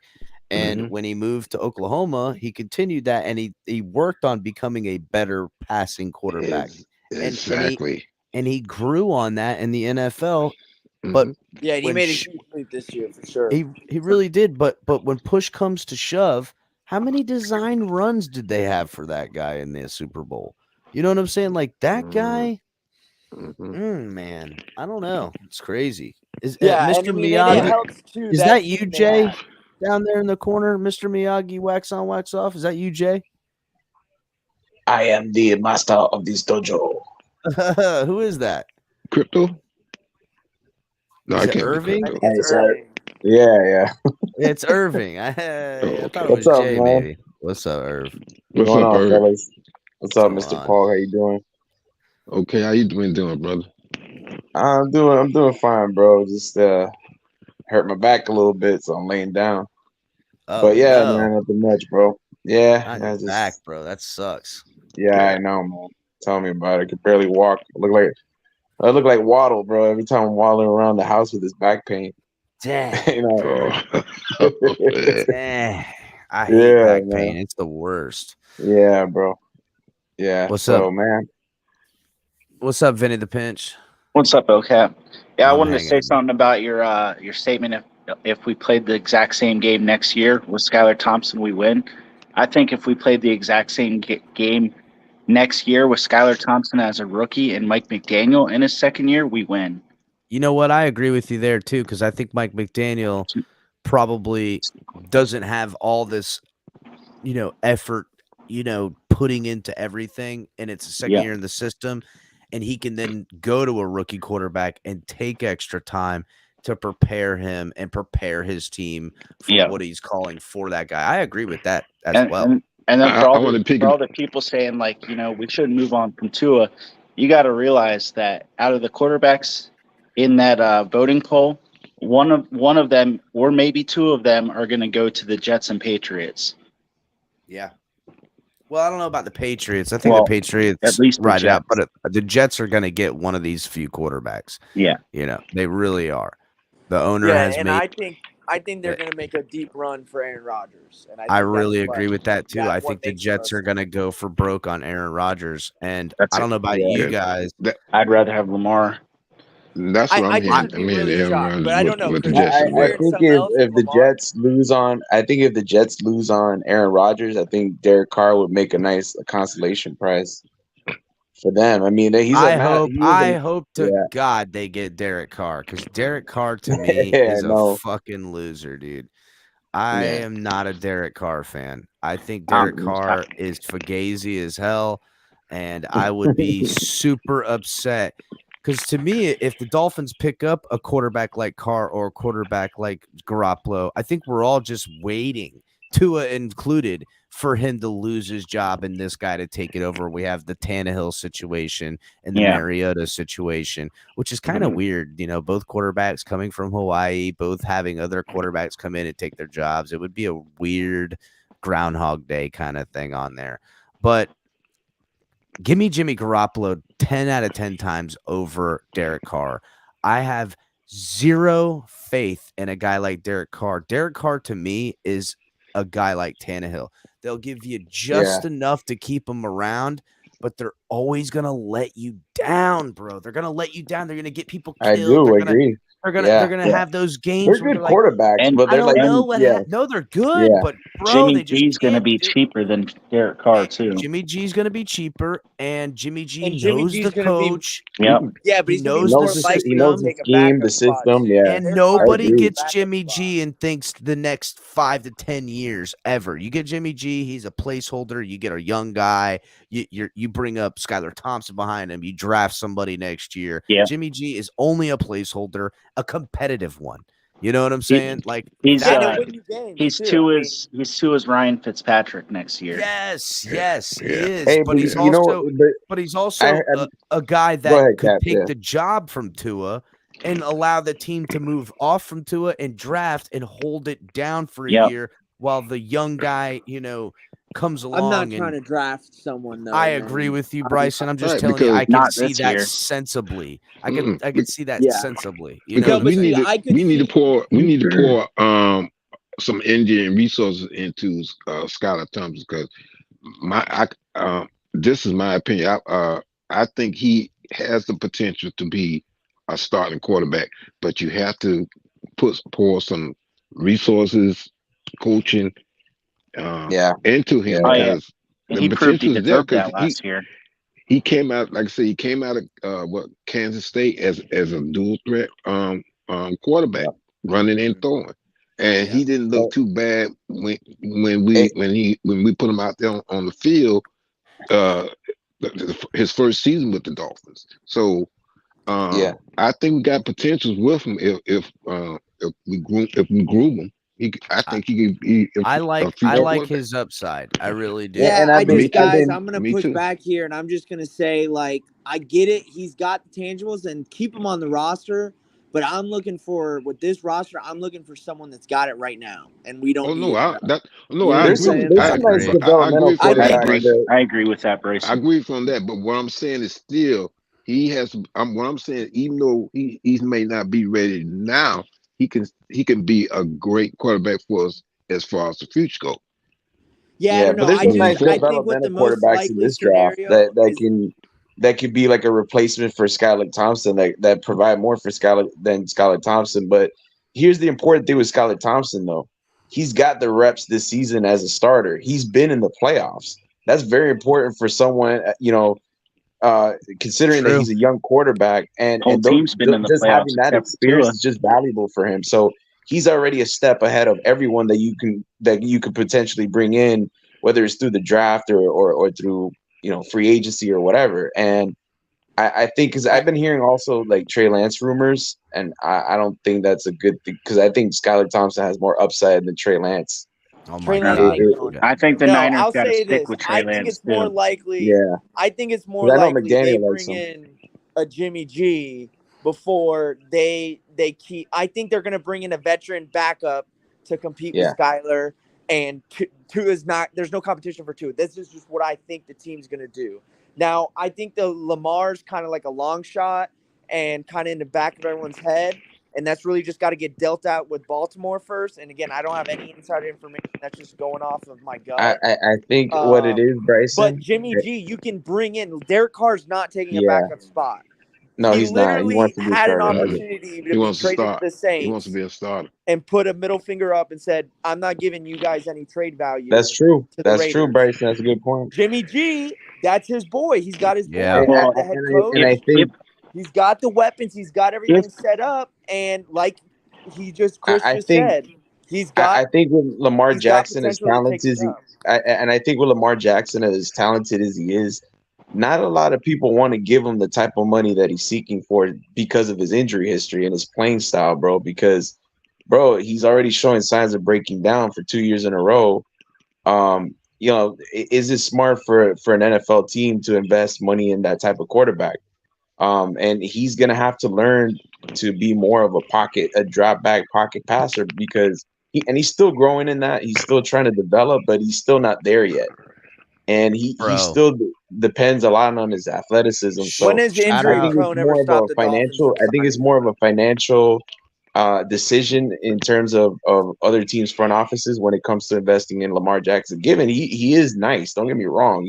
But when has the Miami his Dolphins skill set ever is very said, intriguing. "No, we're not going to sign him because he's injury prone"? We But the love thing signing. is, I think it's not only the money, but it's also the draft picks, and you got to get rid of one of your building blocks as well. Like, do you really want to get rid of Christian Wilkins, Waddle, Holland, and Phillips? That's my only thing. Quarterback, you ain't got a quarterback. You ain't got nothing, dog. I love Christian Wilkins, but deuces, homie. Like, peace out. Again, Fangio's great, a damn good coach. I'm pretty sure if even you asked Fangio, hey, we can keep Christian Wilkins or he and Tua could go and we can get Lamar, he ain't an idiot. He's gonna go, yeah, get me Lamar because we'll win a lot more games with a Lamar Jackson on this team over those other two guys. Because it's been 5 years of Christian Wilkins. He's got 11.5 sacks. And I get it. That's not the only stat. And I know he does a lot of dirty work in the front, but the dude's he gets traded to a team, they're going to give him $100 million plus. Real quick, shout out to my buddy, The Touchdown with Doug Smith. Guys, make sure you go check him out over there. He's got a great program. He does good interviews with, a lot of the college draft prospects. He gets this time of the year, Doug starts crushing it, bro, getting these drafts prospects in there. So I like to go over there and check out what he's got going on. He's got a great lineup coming up. But yeah, the Hendon Hooker in the second round, if that dude is there, I would be elated if the Dolphins pick him up. I would be elated because that kid has some serious. He's got great arm talent. He's a damn good quarterback. Athletic, big son of a bitch, dude. He's huge. I mean, he would be an awesome guy. And here's the thing, guys. We've looked at project athletic quarterbacks in the past as Dolphins, and we have been comfortable passing on them because you're looking at it and go, yeah, but can they train him? Could they hone his things?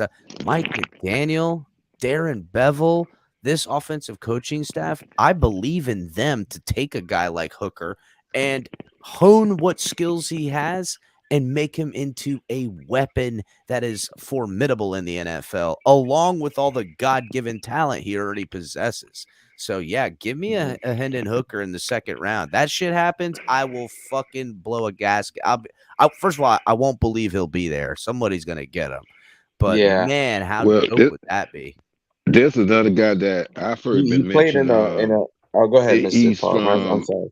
He's from the University of Florida, and they call him. Oh yeah. They call him a Lamar, AR-15. baby Lamar Jackson. Yeah, see, I like him too. I don't think he'll be there. If one of those two guys, the kid from Tennessee or the kid from Florida, are there with the Dolphins pick, I would be super stoked if they picked either one of them. I like Hendon Hooker, bro. I like Hendon Hooker. And plus, he played in different types of systems.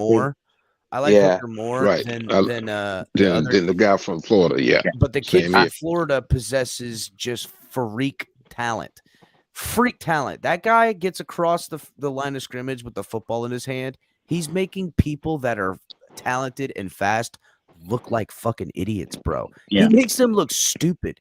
So if he does that and comes out in the NFL and he's shaking friggin', Pro Bowlers out of their shoes and, breaking tackles on guys, we're all going to be going, shit, maybe we should have got that guy. Richardson, you'll be like, damn it, maybe he was pretty good. So, again, this coaching staff and Darren Bevel in particularly, along with Mike McDaniel, taking guys like that and honing their skills, building offenses around him. I'm sorry, but when you got guys like Tyreek Hill and Waddle on the outsides, I don't need a quarterback to hit timing routes, 5, 10, 8 yards downfield. I would much rather them use their legs, run around in the pocket, and heave that son of a bitch 60 yards 10 times a game, because you're going to get 3 of them. You're going to get 1 or 2 calls. And when the defense spreads out, make them pay with all that green grass. It puts so much pressure on defensive coordinators and teams to have to deal with that you force a linebacker or you force a DB to remain as the spy, in which case, if you have a DB, you're not going to be able to use a DB as a spy, because then you can end up with one-on-one coverage on the outside with one of your 2 weapons on the outside. So you're going to have to force it to be a linebacker. And if you ain't got a linebacker that's fast enough, that quarterback's going to chew you up with his feet all day long. It's going to be unstoppable. It's unstoppable. Yeah, you can't drop your linebackers back in coverage the way San Francisco and the Chargers did, bro.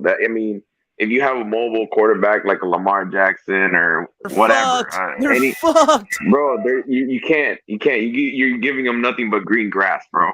It's why the Niners lost. It's why the Niners lost. Yeah. It's not any other reason. It's what beat the Niners. Try to stack the box against a quarterback like Lamar Jackson or a similar type of quarterback or try to put a spine in, bro. Stack the box and maintain lanes. You're just going to get Tyreek Hill one-on-one on the outside, and he's going to throw it over your head all day long. We stacked the box on Lamar Jackson in the Ravens game, and he set an NFL record on us. But not only that, Vince the pinch. Because you'll get your single line looks. It even better. He can run away from guys behind the line and flick his wrist for a 40-yard pass that will have one of our speed demons on the outside beating that guy. It's an unstoppable gameplay. You ain't even got to be a good football fucking offensive coach to know that, hey, give me 2 speed guys on the outside that in less than 3 seconds, they could be 25 yards up the field on any route concept I can design. And give me a quarterback. And they can just play off of Lamar Jackson. Buy them. Yeah. They don't even have to run routes. Yeah. I mean, they have to run routes, but after the route's done. Little friggin' dump off passes to some scat backs sprinkled into there. I don't give a shit who they are. Just give me guys who can catch the football 3 yards down the field on a little dump off pass, and you've got an offense that is super hard to beat in the NFL. Oh, and also too. This is gonna be a fun off season, bro. That's all I can tell you. It also, bringing in Lamar, makes it so we have to put less attention in our offensive line, which, let's face it, needs some attention. And we're already paying more than anyone else in our division for our offensive line. Yeah, and I'm not too pleased with that. Yeah, me neither. And also too, I'm hoping maybe Fangio can do something with Cameron Good and Channing Tindall, because I think those two guys are talented. I like Cameron Good. I think Cameron Good is super fast, man. That guy, for as big and as athletic as he is so fucking fast, bro. And Tindall too. I think Tindall's gonna play a nice role this year coming up. Yeah, they got to utilize this guy, because he's supposed to be a good inside linebacker out of Georgia. Yeah. And Mr. Polk, and I think and Cap, I think with Cameron Good, I think he showed improvements against the run in training camp, but I think he really impressed the Dolphins coaching staff in that regard. And he's one of those, in preseason, he showed you that he has that high motor. He likes to get after the quarterback, you know, and I think that he's going to make Andrew Van Ginkel kind of like expendable. Well, you know what I'm saying? Yeah, Andrew Van Ginkel isn't going to be expendable because of anyone other than Andrew Van Ginkel. And what I mean by that, it's only expendable because I believe the Dolphins are not going to be able to afford him. I think teams out there, that too. I'm telling you, teams out there that just got new defensive coaches and new defensive head coaches, like the Cardinals, like Atlanta, like Brian Flores now over with the Vikings. These are the teams that are going to reach out to a guy like Van Ginkel and know what he is and say, I'm going to pay that man $25 million to come be here. And he's going to be gone. And that's the thing, Cap. Like, he's made it well known that he wants to get paid, he wants to get a higher salary, and he wants more snaps. He deserves it, bro. He wants more snaps, bro. Honestly, if the Dolphins...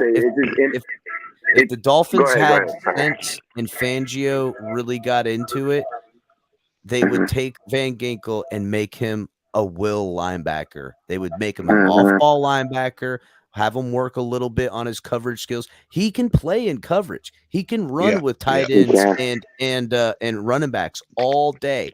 Now you catch him on a mismatched slot wide receiver.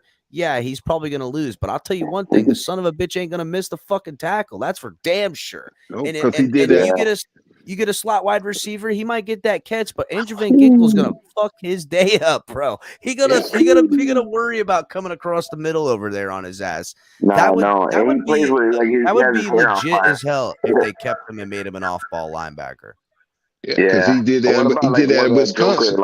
He did, Mr. Polk. I know he knows how to do it. That's what he was. It was only he got drafted because of his ability to rush the passer. And the Dolphins, because we didn't have pass rushers, we kept him as an outside linebacker that lined up on the line a lot. But now we have Jalen Phillips. Now we have Bradley Chubb. Let's put that man back at off-ball linebacker and let him run around and play, that zone scheme that Fangio's got. He would be so fucking good, man. And Cap, do you think that Jerome Baker will stay in that inside position next to if you put Andrew Van Ginkel on the outside? I think Jerome Baker is fine doing what he can do, and that's playing all three linebacking positions. And in Fangio's defense, you're not going to know. He's going to look like he's the middle linebacker because of the set of the front line, and it's all to the other side, and there's only two linebackers in this play. But reality, he's the weak side linebacker or the strong side linebacker, and someone else is playing middle linebacking duties. He is versatile. I know people. I know. There.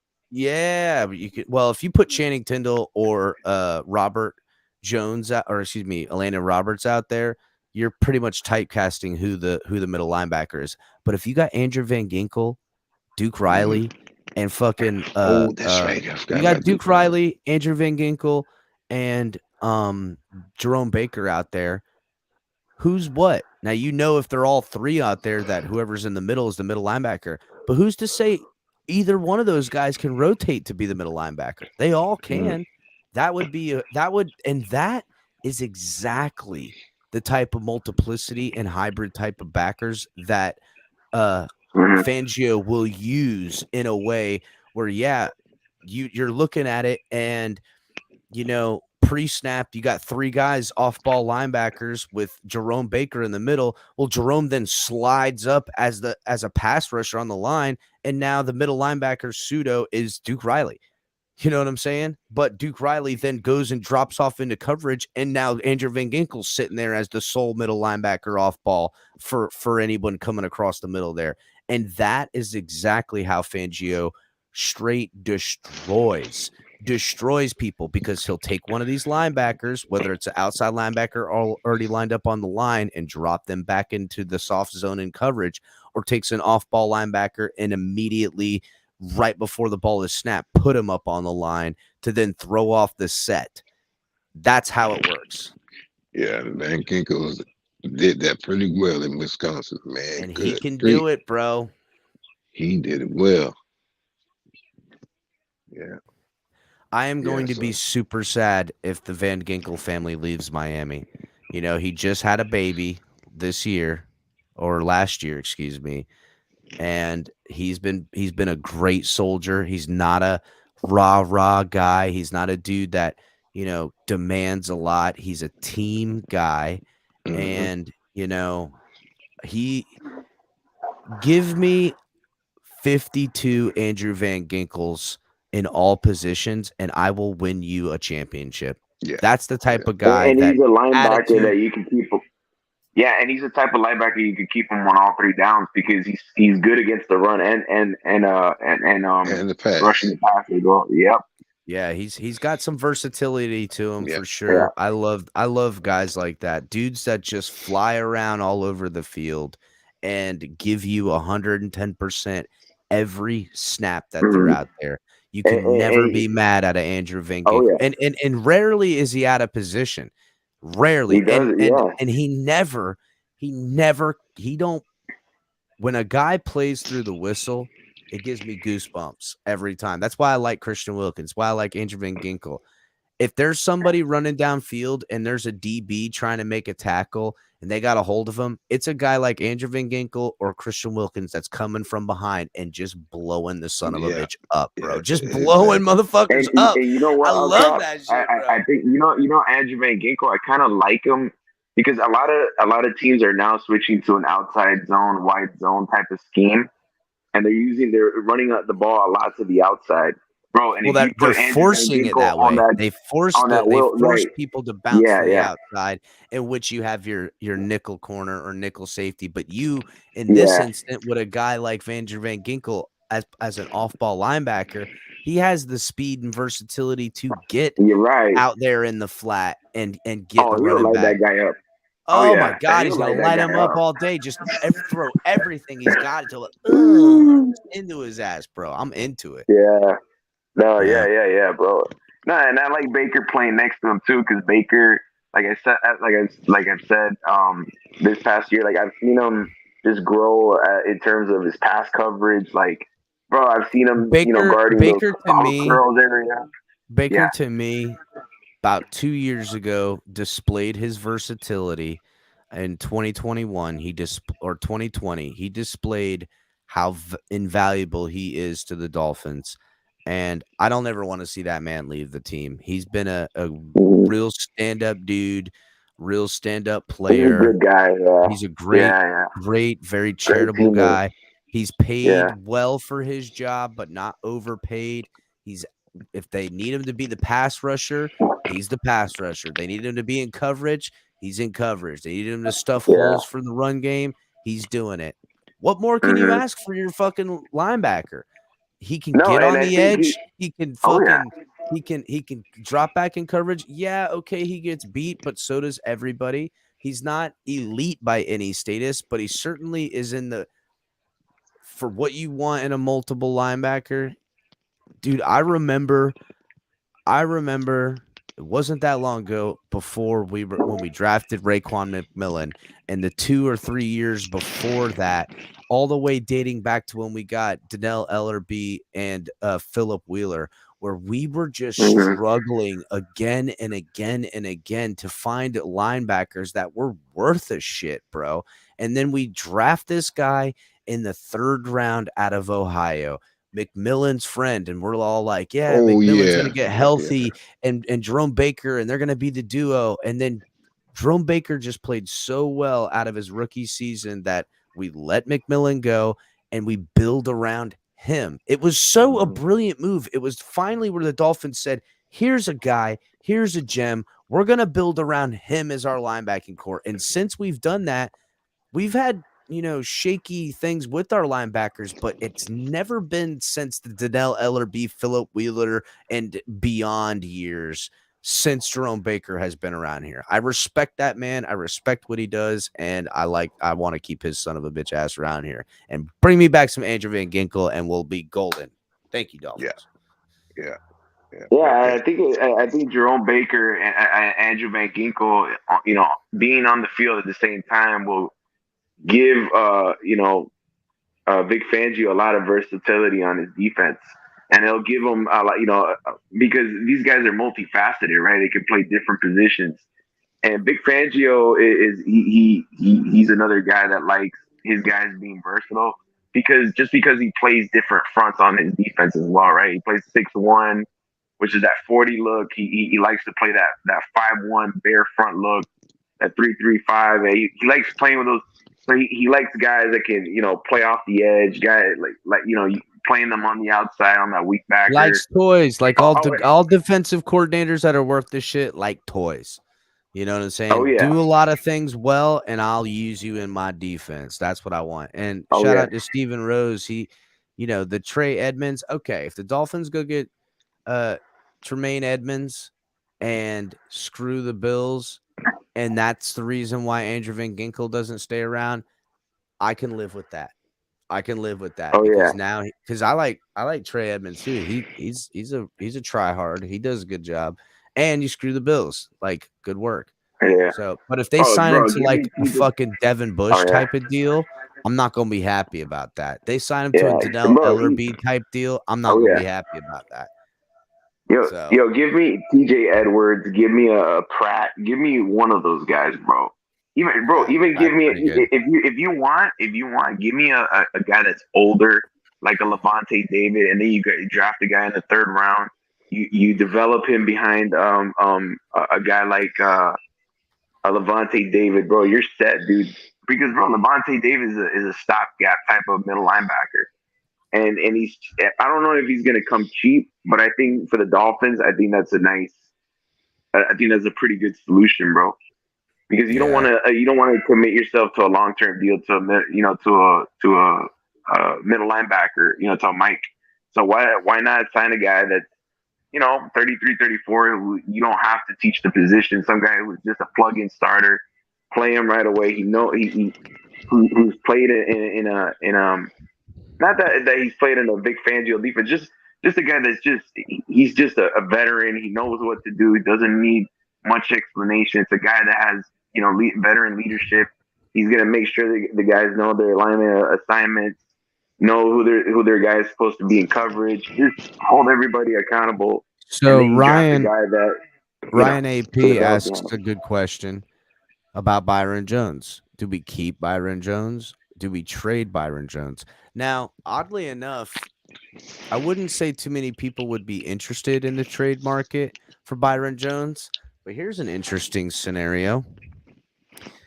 When you build a team, you have to take your cap and split it. The Dolphins did this pretty decently. They spent like $143.5 million on their defense last year, and they spent like $144 million on their offense. Like, it was like a literal, within like $2 million, it was an even split of money they spent on the team. And Byron Jones, the Dolphins need to allocate funds. We need stuff. You know what I'm saying? So, but there's other things you want to get. So who would be a good trade partner for a Byron Jones? Well, I'll tell you who. The Vikings, a perfect trade partner. They're looking to pay Justin Jefferson. They want to give him the bag. He deserves it. The guy has been fucking elite the past 2 seasons. He's going to remain that way. Kirk Cousins isn't going anywhere, especially now that it looks like Aaron Rodgers is out of the division. That division is going to be wide open. They got to worry about the Lions maybe coming and making some big time moves in the draft and doing something. But right now, they're the big dogs in that division. They can own it. They could take it. They could go after it. And this year coming up, but they're going to have to pay Jefferson. So what do you got to do? They've already got Dalvin Cook on the books. Now, maybe they can figure a way to shake Dalvin Cook out, but do they really want to extend Dalvin Cook for a year or two, take dead cap? Do they think that they're that close? I think they would be much more comfortable trading him and then putting some stuff into their defense. Well, all of a sudden, a marquee lockdown corner becomes available, and you're talking an easy peasy, parcheesy, Japanesey trade. I'm going to get rid of the offensive weight that I'm paying, and then now I can allocate offensive funds to pay to another guy while then trading for Byron Jones. I can rework his contract, keep him for my defense. He knows my defensive coordinator and that he can use him the best way because they usually have at least one lockdown corner over there and get that defense back on track a little bit. And they take the funds that they were paying a running back and can now give it to the new guy, and it kind of works itself out.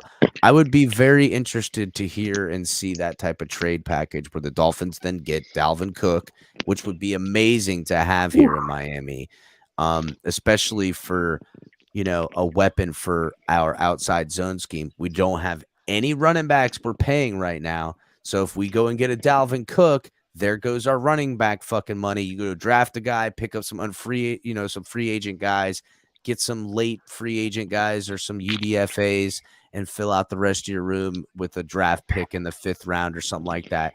And everyone involved is happy. This moment, am saying a trade I am looking for, a trade I think the Dolphins should make is with the Vikings. Straight up. Byron Jones, they get their corner. Their coach for defense knows him. There's a connection there as far as the scheme in which they're going to try to be running. Let's face it. They didn't hire Brian Flores to not bring in the scheme he ran in Miami with the zero blitz and the lockdown corners. They brought him in there. He's not going to change the scheme and do everything the way they say. No, they brought him in because they want him to do what he did here in Miami. And Flores brought in Jones too. That's right. He did bring in Jones, finishing my point. And they're looking to offload funds on their offensive side. And it starts with Dalvin Cook. They've already expressed interest to accepting trade offers for him. So it seems like that secondary needs a lot of help too. It does. I'm telling you, it's a win-win all the way around. For all and Chris, even if you don't get Dalvin Cook out of it, it's still a great deal because they already want to get off of Jones.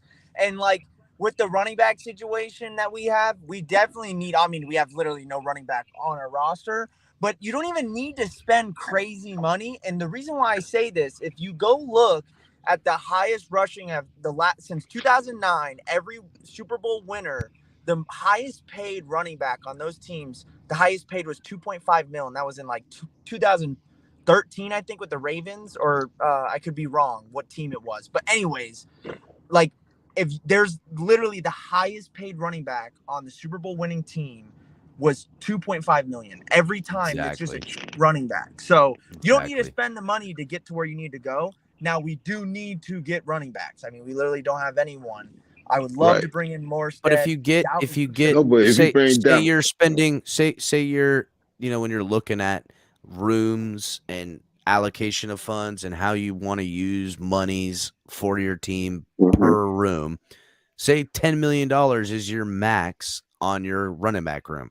Well, a guy like Cook comes in, he eats up the bulk of it. You draft a young guy and you pick up some UDFAs and you're hitting your $10 million a year mark with a guy that you see as your starter, and I can see them doing that, but also you're unloading millions. I want to say Byron Jones hit,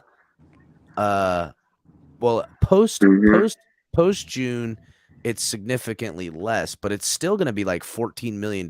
Like, even if you spend $10 million, even if you spend $10 million on a running back, you're still saving $4 million getting him off, plus the $50 million or whatever it is left on his contract next 2 years. But now, if the Dolphins and Fangio decide to keep Byron Jones, I'm not opposed to that either. And here's why. Does anyone believe that Byron Jones is going to come out after missing football for a year and just not be the same guy? He's just going to be shit. Does anyone think so? He's had plenty of time to heal up for me. Yeah.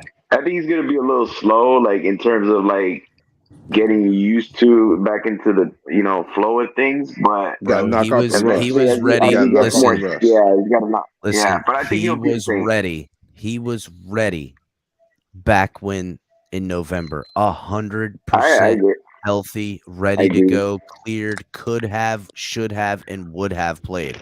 The reason he didn't is because the Dolphins and him had a disagreement on money. And the Dolphins were talking sweet nothings to him, talking about reworking his contract to then give him more front end money to free up money down the line. And him and his agent were agreeing to this.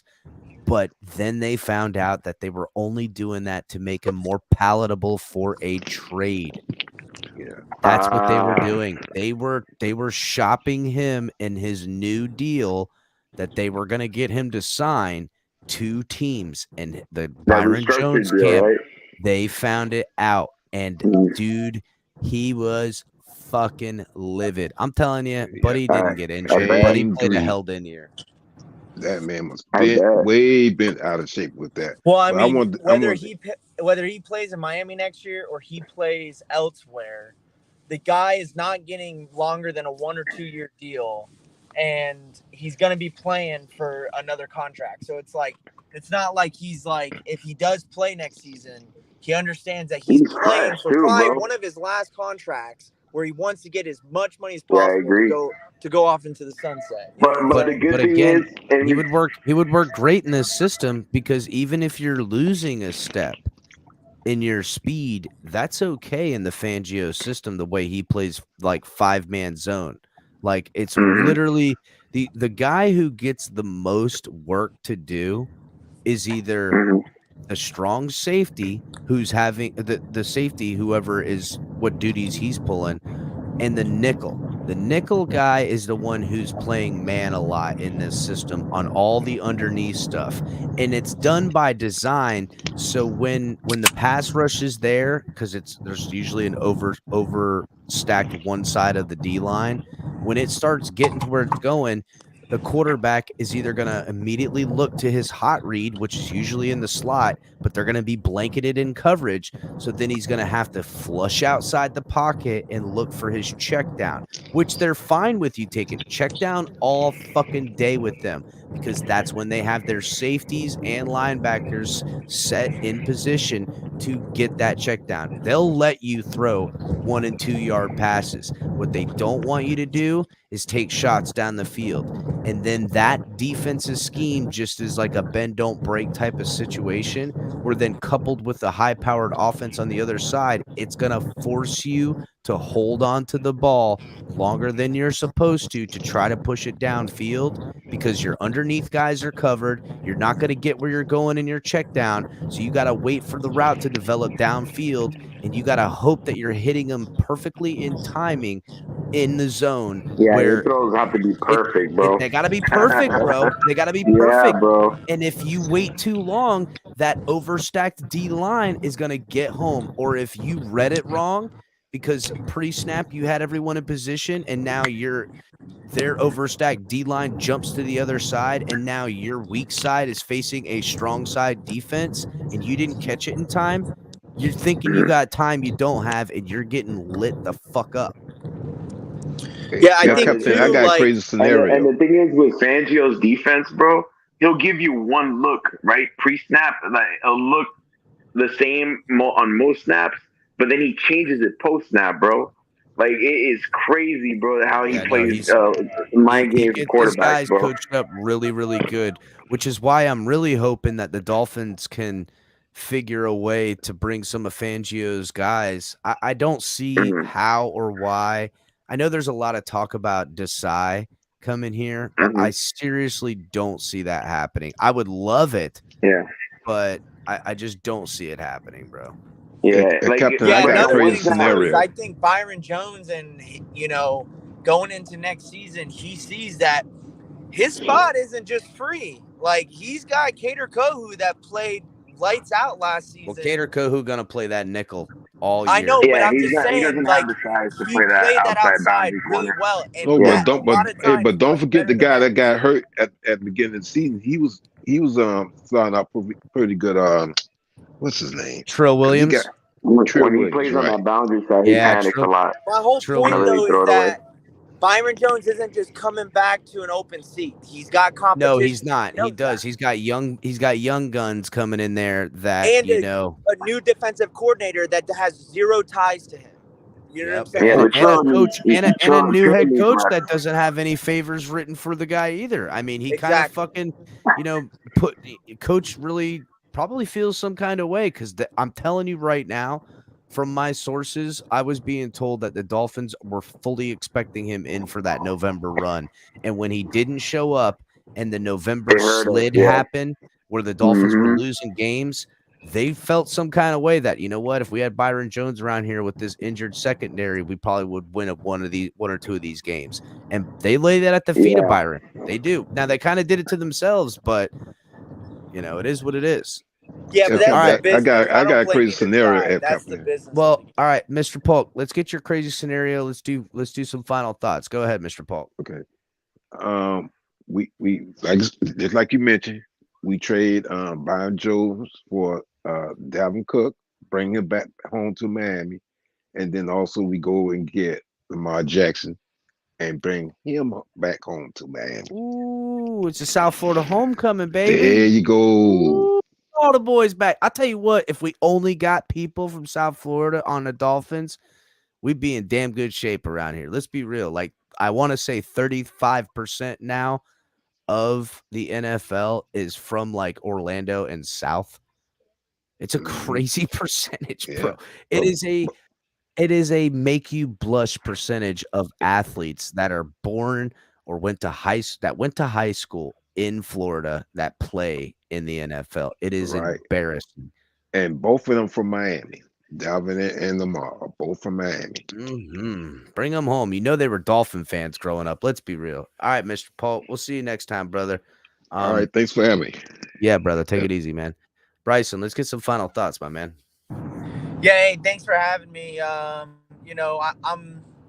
don't think it's gonna be too crazy personally of an offseason. I think there's definitely some moves to be made, but I think the crazy moves were done last offseason with the Tyreek Hill, Teron Armstead. I really think we need to still keep adding depth to the O-line. I don't really like that. It seems like they're really committed to AJ and Eichenberg when they really haven't shown us anything. So I'd really like to see them bring in somebody, I don't know, veteran, draft somebody, I don't know. Just I really like Brandon Shell. I think he's a free agent. I'd really like to bring him back even as a depth piece or backup. But I think he gives a good argument to start at right tackle. He played really good last offseason.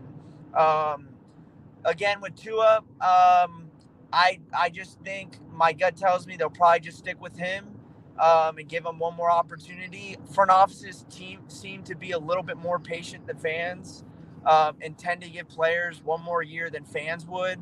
That ain't no lie. So we'll see what happens. Stay classy on Twitter. We can argue all day and night, but at the end of the day, Chris Greer and Ross and company is the one making decisions. So thanks for having me. I'll step backstage. You guys have a good one. Later, Bryson. Take it easy, buddy. Vin the pinch. Let's go, buddy. I kind of agreed with Crazy Dolphin. I was going to say the exact same thing. Even if you don't get Lamar Jackson, I mean, having a running back like Dalvin Cook behind Tua wouldn't hurt anything. So he can hand the ball off and not get hurt. Yeah, that's all I had. All right, buddy. I'll see you, my man. Mr. Miyagi. Find your inner chi, and you will find peace.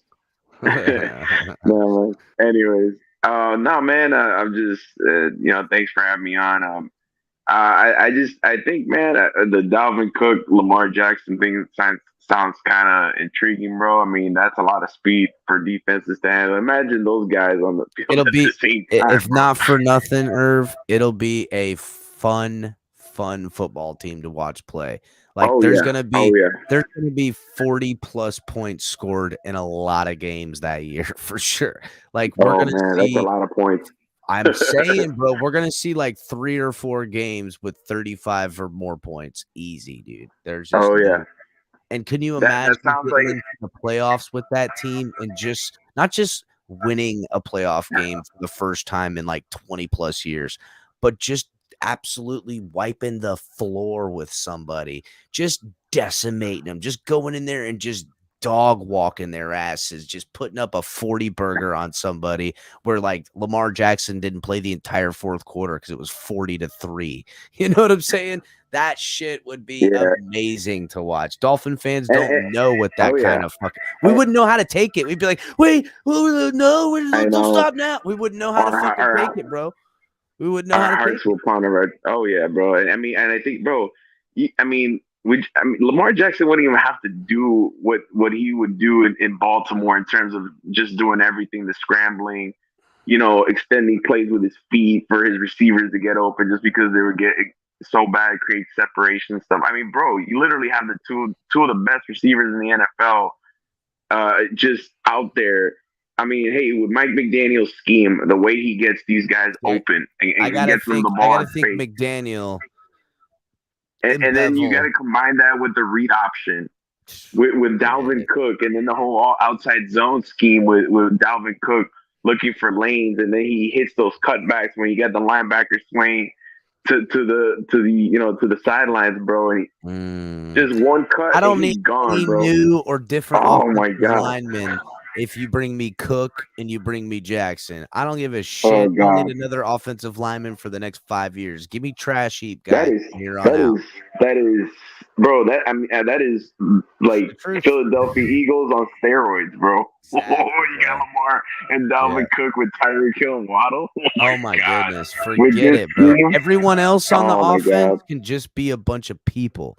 You know what I'm saying? And listen, I know I like Teron Armstead too, but I would be willing to say deuces to Armstead 10 times out of 10 if it meant to make those weapons on this team, because you can get it figured out with other people. You can get it figured out. Give me a full line of Jesse Davises out there, and I promise you it's still going to be all right. So, all right, Irv, I'll see you later, my buddy. All right, bud. Thanks for having me on, man. Later, man. So let's get to this poll result. We got 121 votes. You got 1 minute left if you haven't gotten in on the poll vote. Guys, make sure you've hit the like button. Over 100 watching, 80 something likes. Let's get those likes up. Make sure you guys are subscribing over here to the channel. If you're watching on Facebook, Twitch, Twitter, anywhere else, make the journey. Come over to YouTube, subscribe here on the network. This is where we're trying to grow. Keep a lookout. Join the membership. Get some of the emoticons. Get access to exclusive content coming here and down in the pike. Also, join the Patreon. We got some big news coming here in the coming of months. We're working diligently in the back to bring you guys a more advanced product, something around here that we think can help change the game for what TFTG and the network is trying to bring. The guys in the back are biting their lips. They want to tell you guys what we've been working on, but we're remaining patient. When we roll everything out and show everyone what we got going on, it's going to be fun. It's going to be interactive. It's going to be more stuff, and it's going to be super fun. So let's get this poll in. That's it. You guys, all you get. We got 122 votes, and the poll is in. Lamar Jackson straight myrtleizes it with 47%. Of which quarterback you guys would take. Tua coming in at third with 33%, which is kind of odd to me that Rodgers only got 9%. So Dolphin fans not as high on Rodgers as I thought they were. But I guess is what it is. And then other with 8%, which I appreciate you guys using the other option because you know what? Fuck them all. You know what I'm saying? Crypto, what's up, buddy? Coming in here late. So everyone hit the like button and subscribe. Color commentary might be coming on tomorrow for you guys. So if you guys follow Color on Twitter or whatever, or after this video is over, everybody go into the comment section at the end of the video and put in there and say, Color, we need some coffee and a cup of Color. Make sure you guys let them know. Hit the like button, share the video. We'll see you guys next time. Fins up.